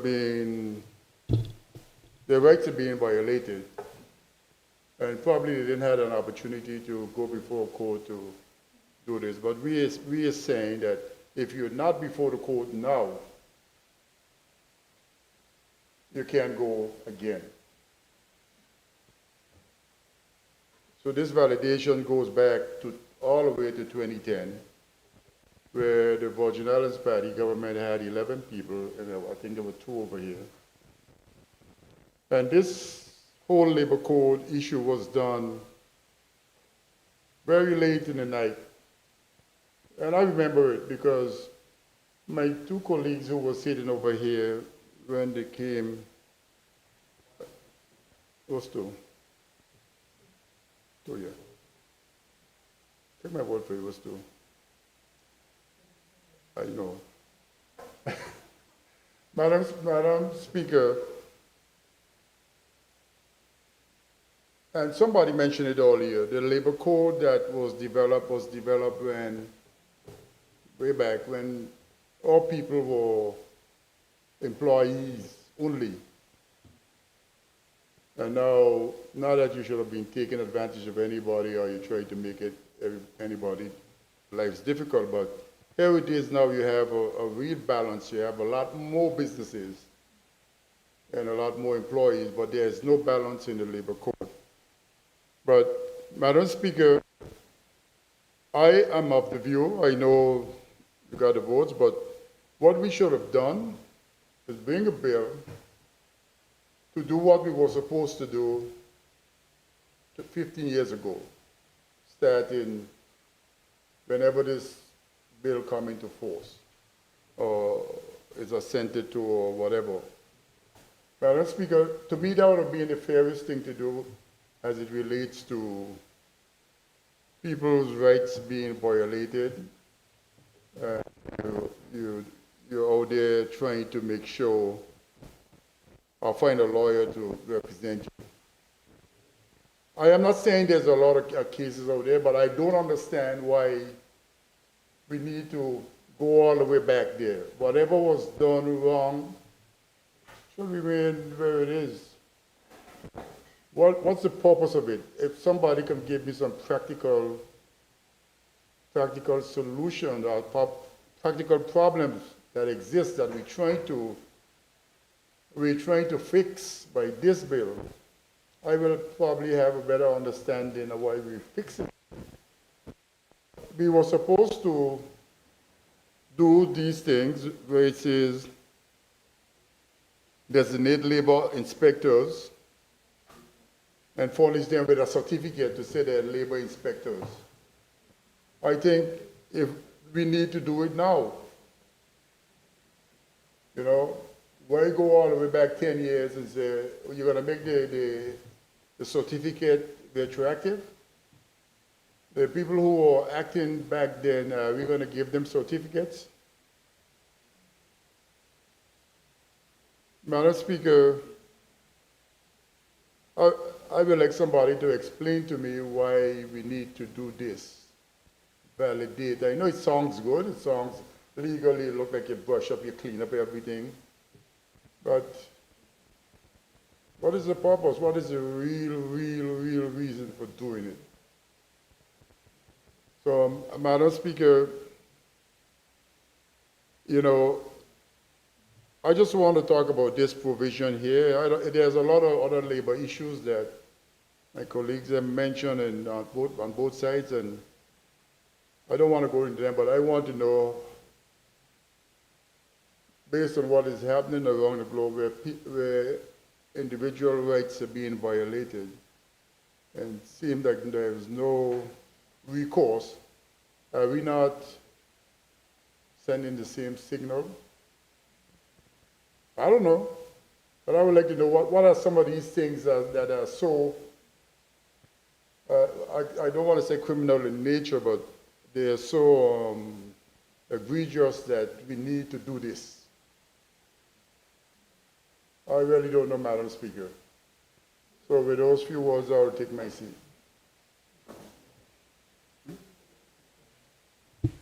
Yeah, I just want to know. Any other member wish to debate? No?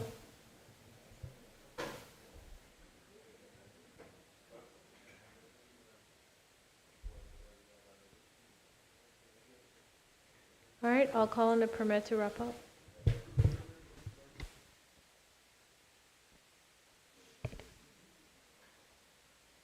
Thank you, Madam Speaker. Madam Speaker, I'll begin with the first point that the Leader of the Opposition raised in my wrap-up in terms of, passing bills as we passed the Labor Code some 15 years ago and not doing what needs to be done in terms of Cabinet approving regulations so that certain aspects of the bill can be properly implemented. As the Leader of the Opposition stated, of course, that would have spanned different administrations. We will have another bill as well where that was the case. We've had a number of other bills come to this House in recent times where that was the case. And I have to give some credit to the Attorney General's chambers in recent times who,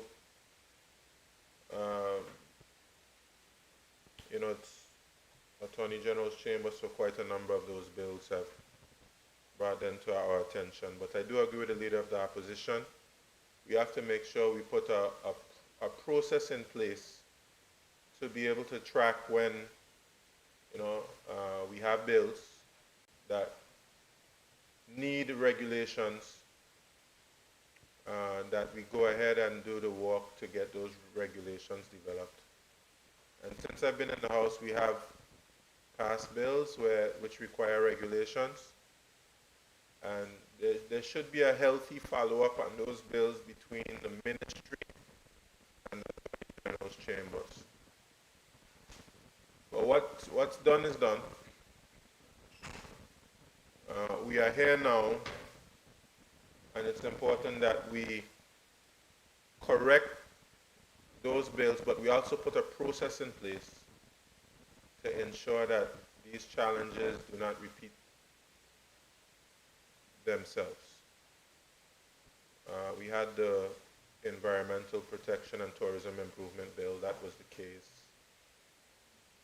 We had a situation where we had immigration, we had to validate a number of persons who got status.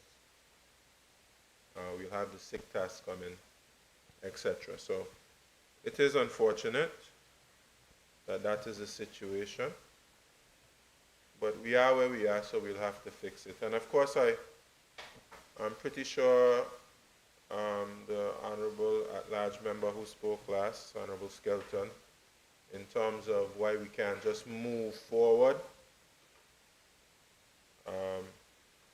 why we can't just move forward. I'm sure the Acting Attorney General will be able to give the reason to you, but I would imagine if we do not validate them, then those acts were not valid.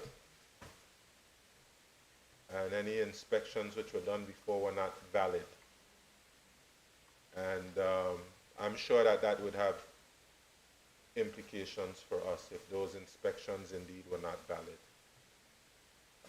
I understand the point, because of course I believe the Leader of the Opposition made the same point. It's almost like you're making wrong right. And I don't think we should, after having passed these bills, place ourselves in a position where that occurs again, because obviously it is not an ideal situation as it pertains to the legal reasons for doing it, of course, I'd leave that to the Attorney General's chambers to be able to explain in the committee stage. And indeed, the member for the second is correct.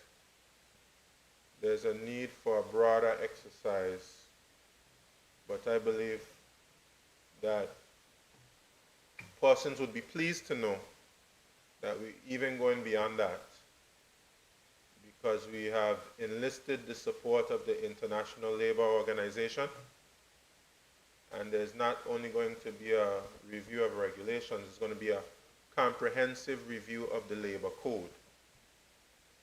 And it will provide the opportunity to look at what Honorable Skelton, Territorial at-Large member, said, and what others have said about the labor code generally and the balance that exists in the labor code. The member for the second spoke about as well, not just being a work permit minister. And I believe very strongly that we are transitioning to a new phase of development here in the Virgin Islands. We had a development boom from, of course, you had tourism that caused a boom, I guess, from the 60s onward. And you had financial services that caused a boom from the 80s onward.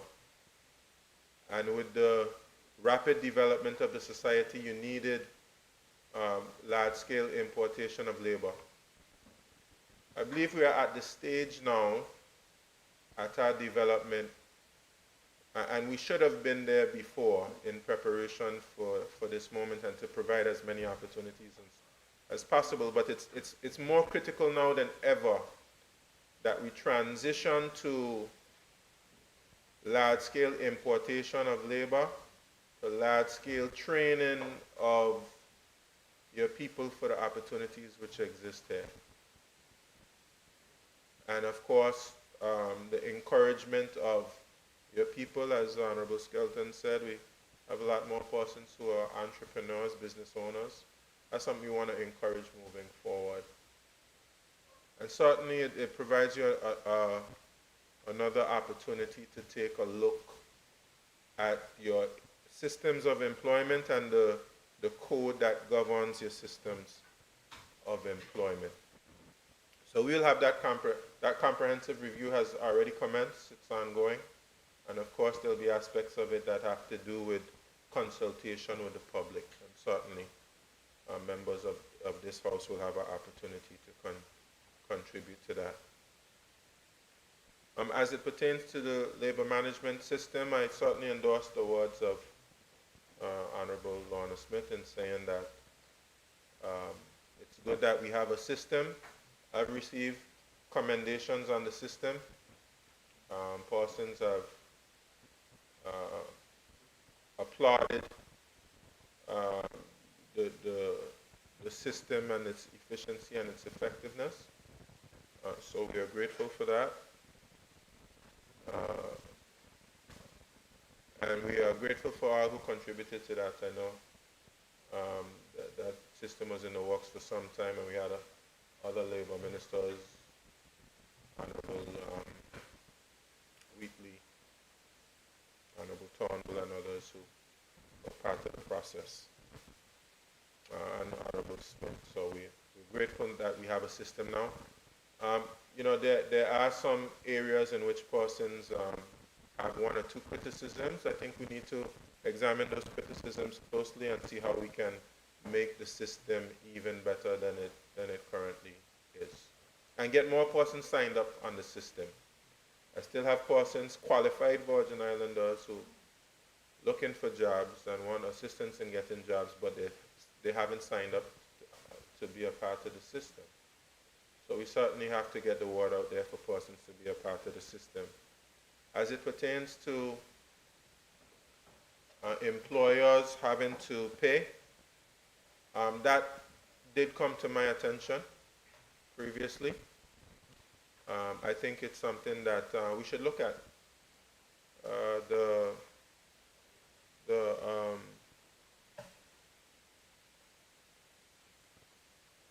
Yeah, it was brought to my attention, and I believe now this provides an opportunity to perhaps maybe question the witnesses as to what's the rationale for it. But if it's not something that's working for business, it's something that we can change. It's not, I don't think it'll be difficult to change. But let's interact with the witnesses, and of course that will be instructive in terms of what happens moving forward. But I'll just end off with the point, member for the second district said that it should be a wider exercise. Indeed, after we do this comprehensive review, we're going to have to do regulations for the entire code. We could have done the regulations for the entire code as opposed to just dealing with this aspect, but then if you're going to review and change your code, it could have substantial changes. It might be wise and prudent to hold off on the regulations and do the regulations after you do that comprehensive review of the code. But there are some aspects of the code where you urgently need some regulations. For instance, what we've done here with the commissioners. But we'll have to take those on a case-by-case basis and ensure that in all things we are upholding the law, the legal, we're doing what we encourage the citizens and residents to do, which is to ensure that we're upholding the law.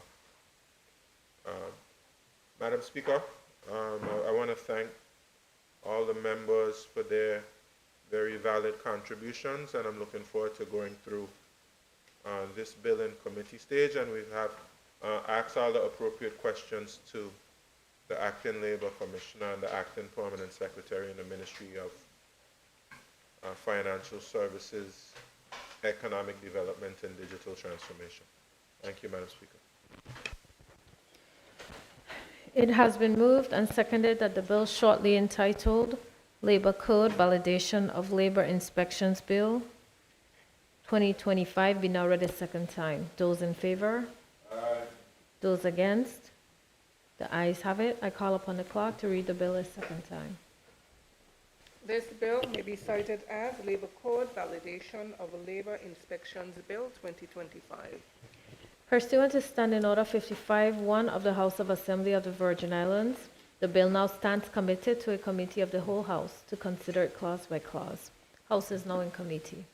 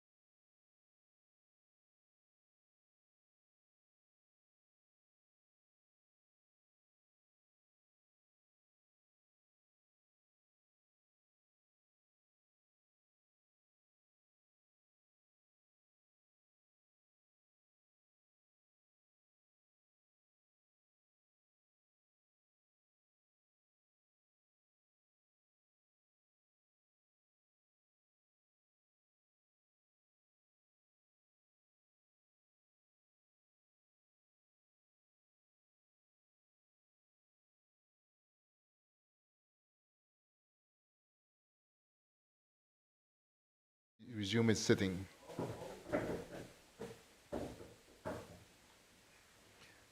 I call upon the Premier. Thank you, Mr. Speaker. Mr. Speaker, I beg to report that the bill entitled Labor Code Validation of Labor Inspections Bill 2025 has passed committee without amendments. Mr. Speaker, I move that the bill entitled Labor Code Validation of Labor Inspections Bill 2025 be read a third time and passed.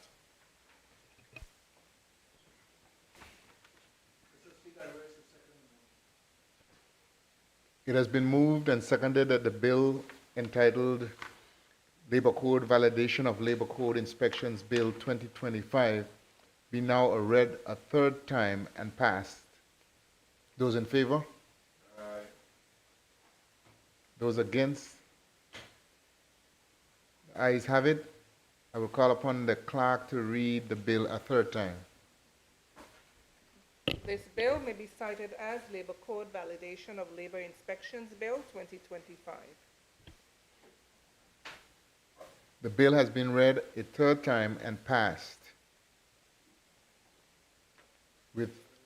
without amendments.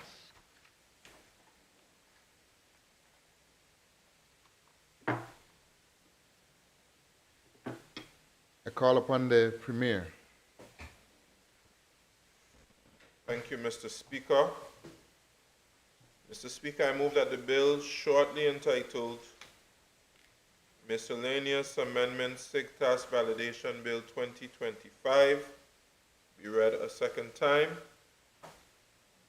And now, Mr. Speaker, I will give a statement on the bill.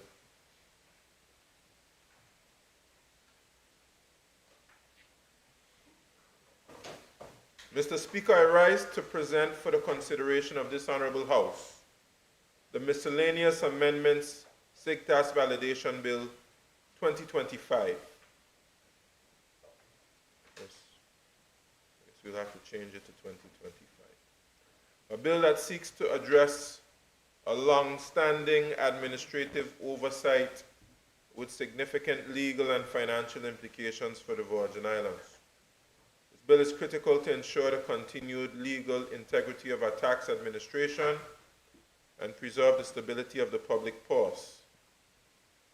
Mr. Speaker, by way of context, the Miscellaneous Amendments SIGTAS Act 2005 was passed by this Honorable House on the 1st of November 2005, assented to by the Governor on the 16th of November 2005, and subsequently published in the Virgin Islands Official Gazette on the 22nd of December 2005. The purpose of that act was to amend several revenue-related laws to facilitate the implementation of the Standard Integrated Government Tax Administration System, or the SIGTAS.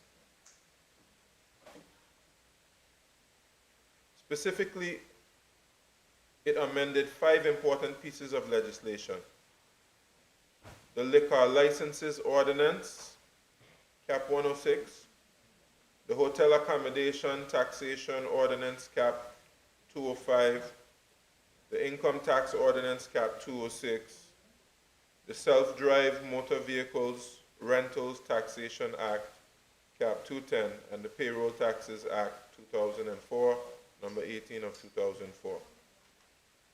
These amendments were aimed at modernizing the government's revenue systems and integrating tax administration under a standardized digital framework, thereby enhancing efficiency, transparency, and revenue performance. However, Mr. Speaker, it came to light some years after the fact that although the act was passed, assented to, and gazetted, it was never formally brought into force by way of proclamation, as is explicitly required by Section 1 of the Act.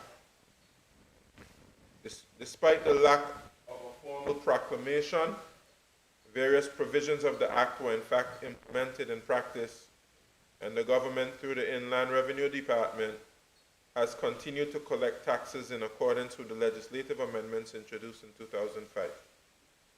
These collections have been integrated into the government's accounts and budgets and used to support critical public services and development initiatives. In response to this issue, Mr. Speaker, the Attorney General was consulted and advised that the appropriate course of action would involve two components. First, the Cabinet approved the publication of a proclamation in the Virgin Islands Official Gazette to retroactively bring the Miscellaneous Amendment SICTAS Act 2005 into force, effective from its original intended date of 1st November 2005. Second, and more critically, that the validation bill be introduced and passed by this Honorable House to legally validate all monies collected under the framework of the 2005 Act to date. Both steps are necessary to cure the administrative defect and to ensure that the government's prior actions are placed on a sound legal footing. Mr. Speaker, the bill before this House today, the Miscellaneous Amendments SICTAS Validation Bill 2024, is therefore being presented to give legal effect and validation to the taxes and revenues collected under the provisions of the 2005 Act. This is not a bill to introduce new taxes, nor does it seek to alter or expand existing obligations. Instead, it serves a purely corrective and retrospective purpose to ensure that the government's actions in administering and collecting tax revenues over the past 19 years are legally defensible and in accordance with the rule of law. Finally, Mr. Speaker, I wish to assure this Honorable House and the public at large that this government remains fully committed to upholding the principles of transparency, legal certainty, and sound fiscal management. Oversights, though rare, do occur in any administrative system. What matters is that when they are identified, they are addressed swiftly, decisively, and with integrity. The bill before us does just that. Closes a legal gap, protects the revenue base, and reinforces the proper functioning of our tax system. I therefore commend the Miscellaneous Amendment SICTAS Validation Bill 2024 to the honorable members of this House and respectfully request its support. Thank you, Mr. Speaker. Mr. Speaker, I rise to support this amendment of the SICTAS validation bill. Thank you. The floor is now open for debate.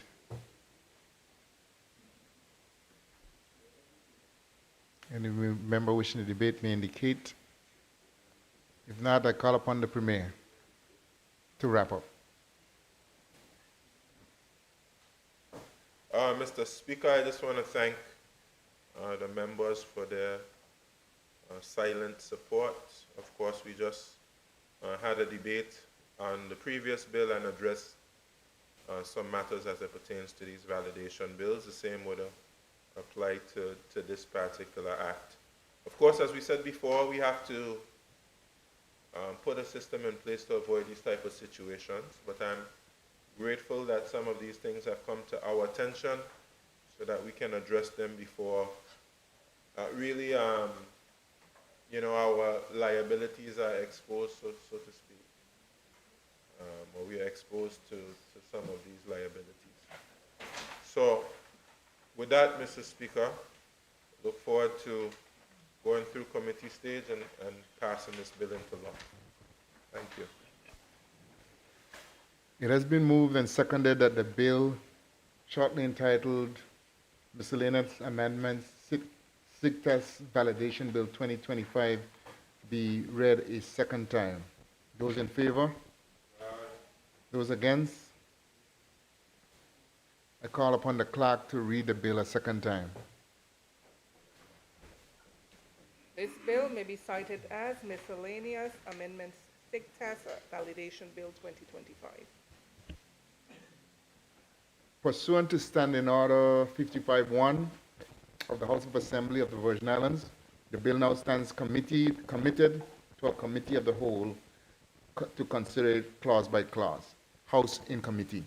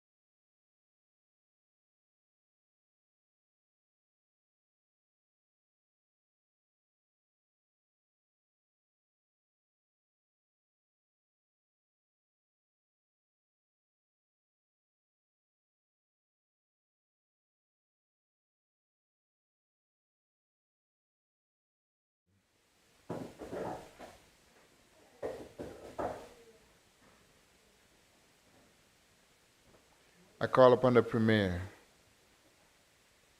Thank you, Mr. Speaker. Mr. Speaker, I beg to report that the bill entitled Miscellaneous Amendment Sectors Validation Bill 2025 has passed through committee without amendments. Mr. Speaker, I move that the bill entitled Miscellaneous Amendment Sectors Validation Bill 2025 be read a third time and passed.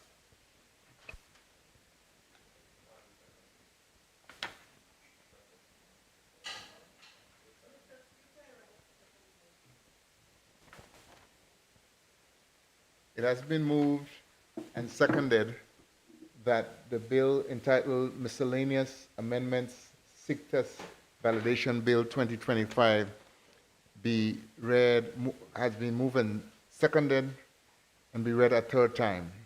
Those in favor? Those against? I call upon the clerk to read the bill a third time.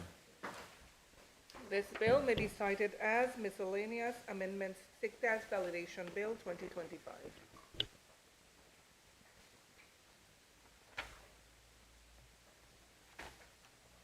I call upon the Premier.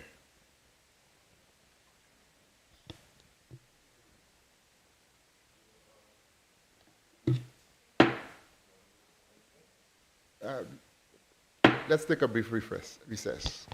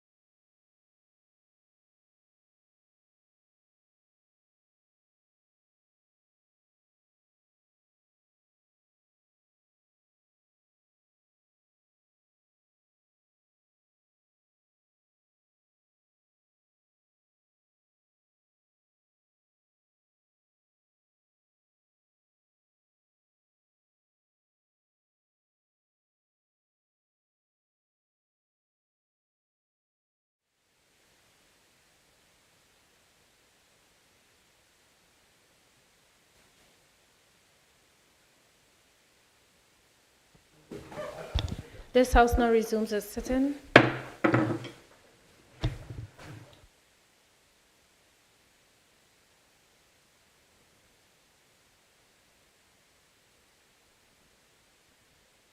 I call upon the Premier.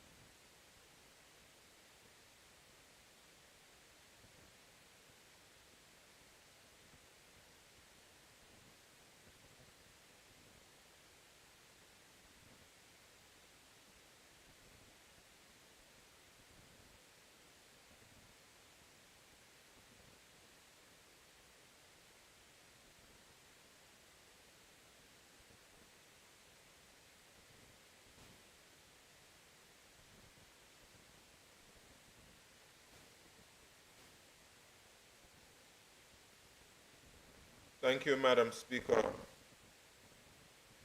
Madam Speaker, I move that the bill shortly entitled Mutual Legal Assistance Tax Matters Amendment Bill 2025 be read a second time. And I'll now give a statement on the bill. Madam Speaker. Madam Speaker, the bill before the House entitled the Mutual Legal Assistance Tax Matters Amendment Bill 2025 further strengthens our legislative framework in keeping with the Organization for Economic Cooperation and Development's common reporting standards, and further seeks to align the enforcement provisions of the Foreign Account Tax Compliance Act as it relates to the Model 1B intergovernmental agreement entered into between the United States and the government of the Virgin Islands with the common reporting standards. In brief, Madam Speaker, the Virgin Islands, as a member of the Global Forum on Tax Transparency and Exchange of Information, is required to implement the Automatic Exchange of Information standard, which comes in the form of the Common Reporting Standards. The Common Reporting Standards was transposed into the laws of the Virgin Islands via an amendment to the Mutual Legal Assistance Tax Matters Act in 2015 to ensure that the Virgin Islands was compliant with the AEOI standard. Madam Speaker, the implementation of the AEOI standard is subject to monitoring by the Global Forum through a peer review process. During the peer review process, an evaluation is conducted concerning the approach taken by each jurisdiction to implement the standard. Madam Speaker, the monitoring, which is an ongoing exercise, has three elements: a legislative assessment that considers the legislative framework related to the AEOI standard, a confidentiality and data safeguards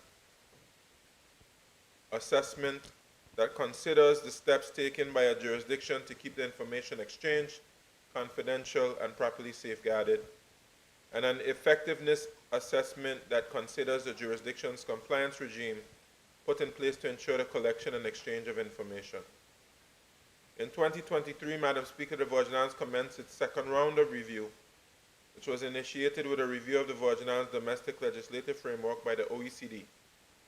The initial findings following the review of the legislative framework indicated that whilst the Virgin Islands domestic legislative framework is broadly consistent with the requirements of the AEOI standard, there are a few areas that could be strengthened. Madam Speaker, these include the following: ensuring that the definition of the common reporting standards under the Principal Act refers to the appropriate schedule contained in the common reporting standards, and ensuring that the available sanctions for non-compliance under the Principal Act can be applied to all reporting financial institutions, including in circumstances where the reporting Virgin Islands financial institution is a legal arrangement. Madam Speaker, the proposed amendments contained in the bill therefore seek to address the identified areas of potential risk so as to ensure that the effectiveness of the AEOI standard is not undermined, align the enforcement sanctions under the FATCA regime with the common reporting standards, given the similarity of the enforcement powers between FATCA and the common reporting standards, and provide for some minor amendments to the Principal Act. Madam Speaker, the clauses to the bill are as follows. Clause 1 of the bill sets out the short title. Clause 2 proposes to provide for minor amendments to Section 13 of the Principal Act to clarify the type of financial institutions which have notification requirements under Section 13 of the Principal Act. Clause 3 repeals and replaces Section 19 of the Principal Act to broaden the category of offenses for which a penalty may be imposed on a reporting Virgin Islands financial institution pursuant to Section 19(1) of the Principal Act. Clause 4 provides for the insertion of Section 19A that identifies the person who may be penalized for a failure to comply with an obligation imposed on a reporting Virgin Islands financial institution under Part 2 of the Principal Act in circumstances where the reporting Virgin Islands financial institution is a legal arrangement. Clause 5 amends the definition of common reporting standards in Section 21(1) of the Principal Act by deleting the word Schedule 3 and replacing them with the word Schedule 2 to reflect the renumbering to the schedule of the Principal Act made pursuant to Amendment Number 4 of 2022. Clause 6 amends Section 23 of the Principal Act by deleting any reference to the word Schedule 6 and replacing it with the word Schedule 4 to reflect the renumbering to the schedules of the Principal Act pursuant to Amendment Number 4 of 2022.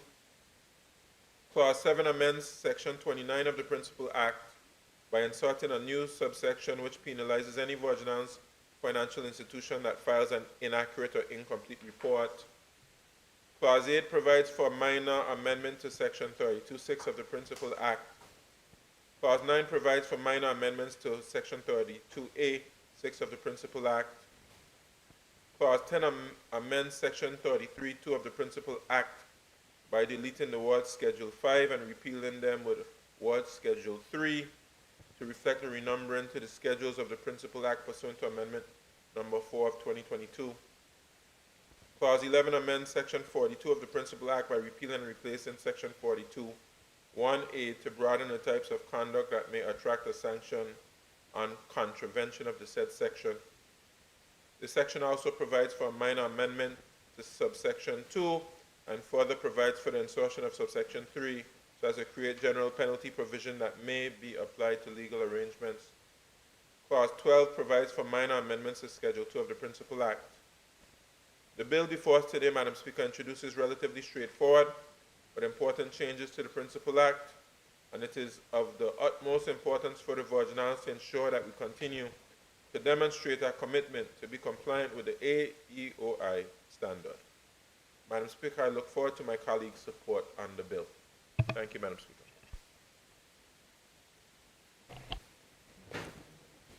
Madam Speaker, I rise to second the motion. Honorable members, the floor is now open for debate.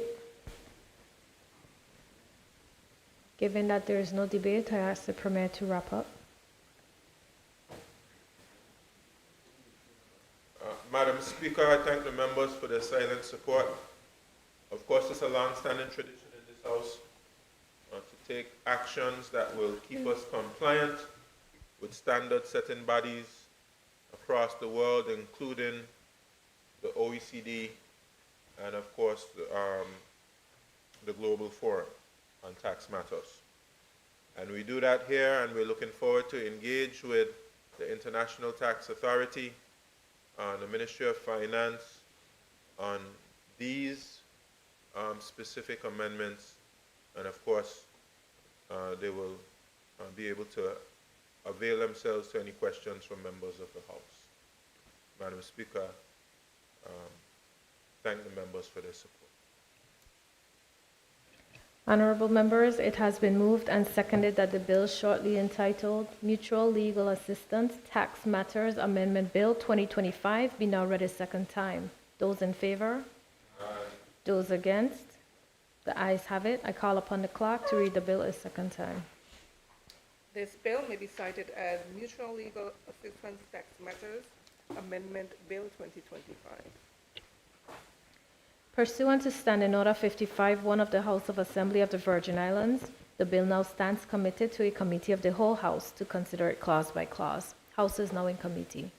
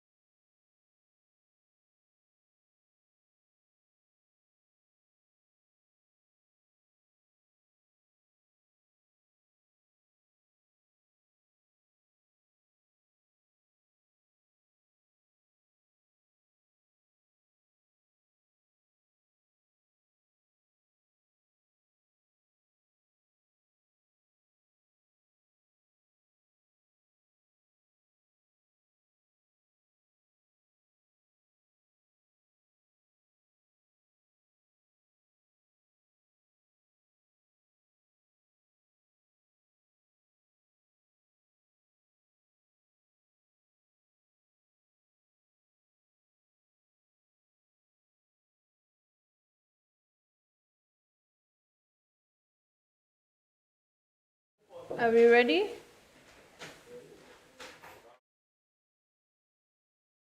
I'll resume its sitting. I call upon the Premier. Madam Speaker, I thank you. And I beg to report that the bill entitled Mutual Legal Assistance Tax Matters Amendment Bill 2025 has passed through committee without amendments. Madam Speaker, I move that the bill entitled Mutual Legal Assistance Tax Matters Amendment Bill 2025 be read a third time and passed. Motion. It has been moved and seconded that the bill entitled Mutual Legal Assistance Tax Matters Amendment Bill 2025 be now read a third time and passed. Those in favor? Those against? The ayes have it. The motion is passed. I call upon the clerk to read the bill a third time. This bill may be cited as Mutual Legal Assistance Tax Matters Amendment Bill 2025. The bill has been read a third time and passed.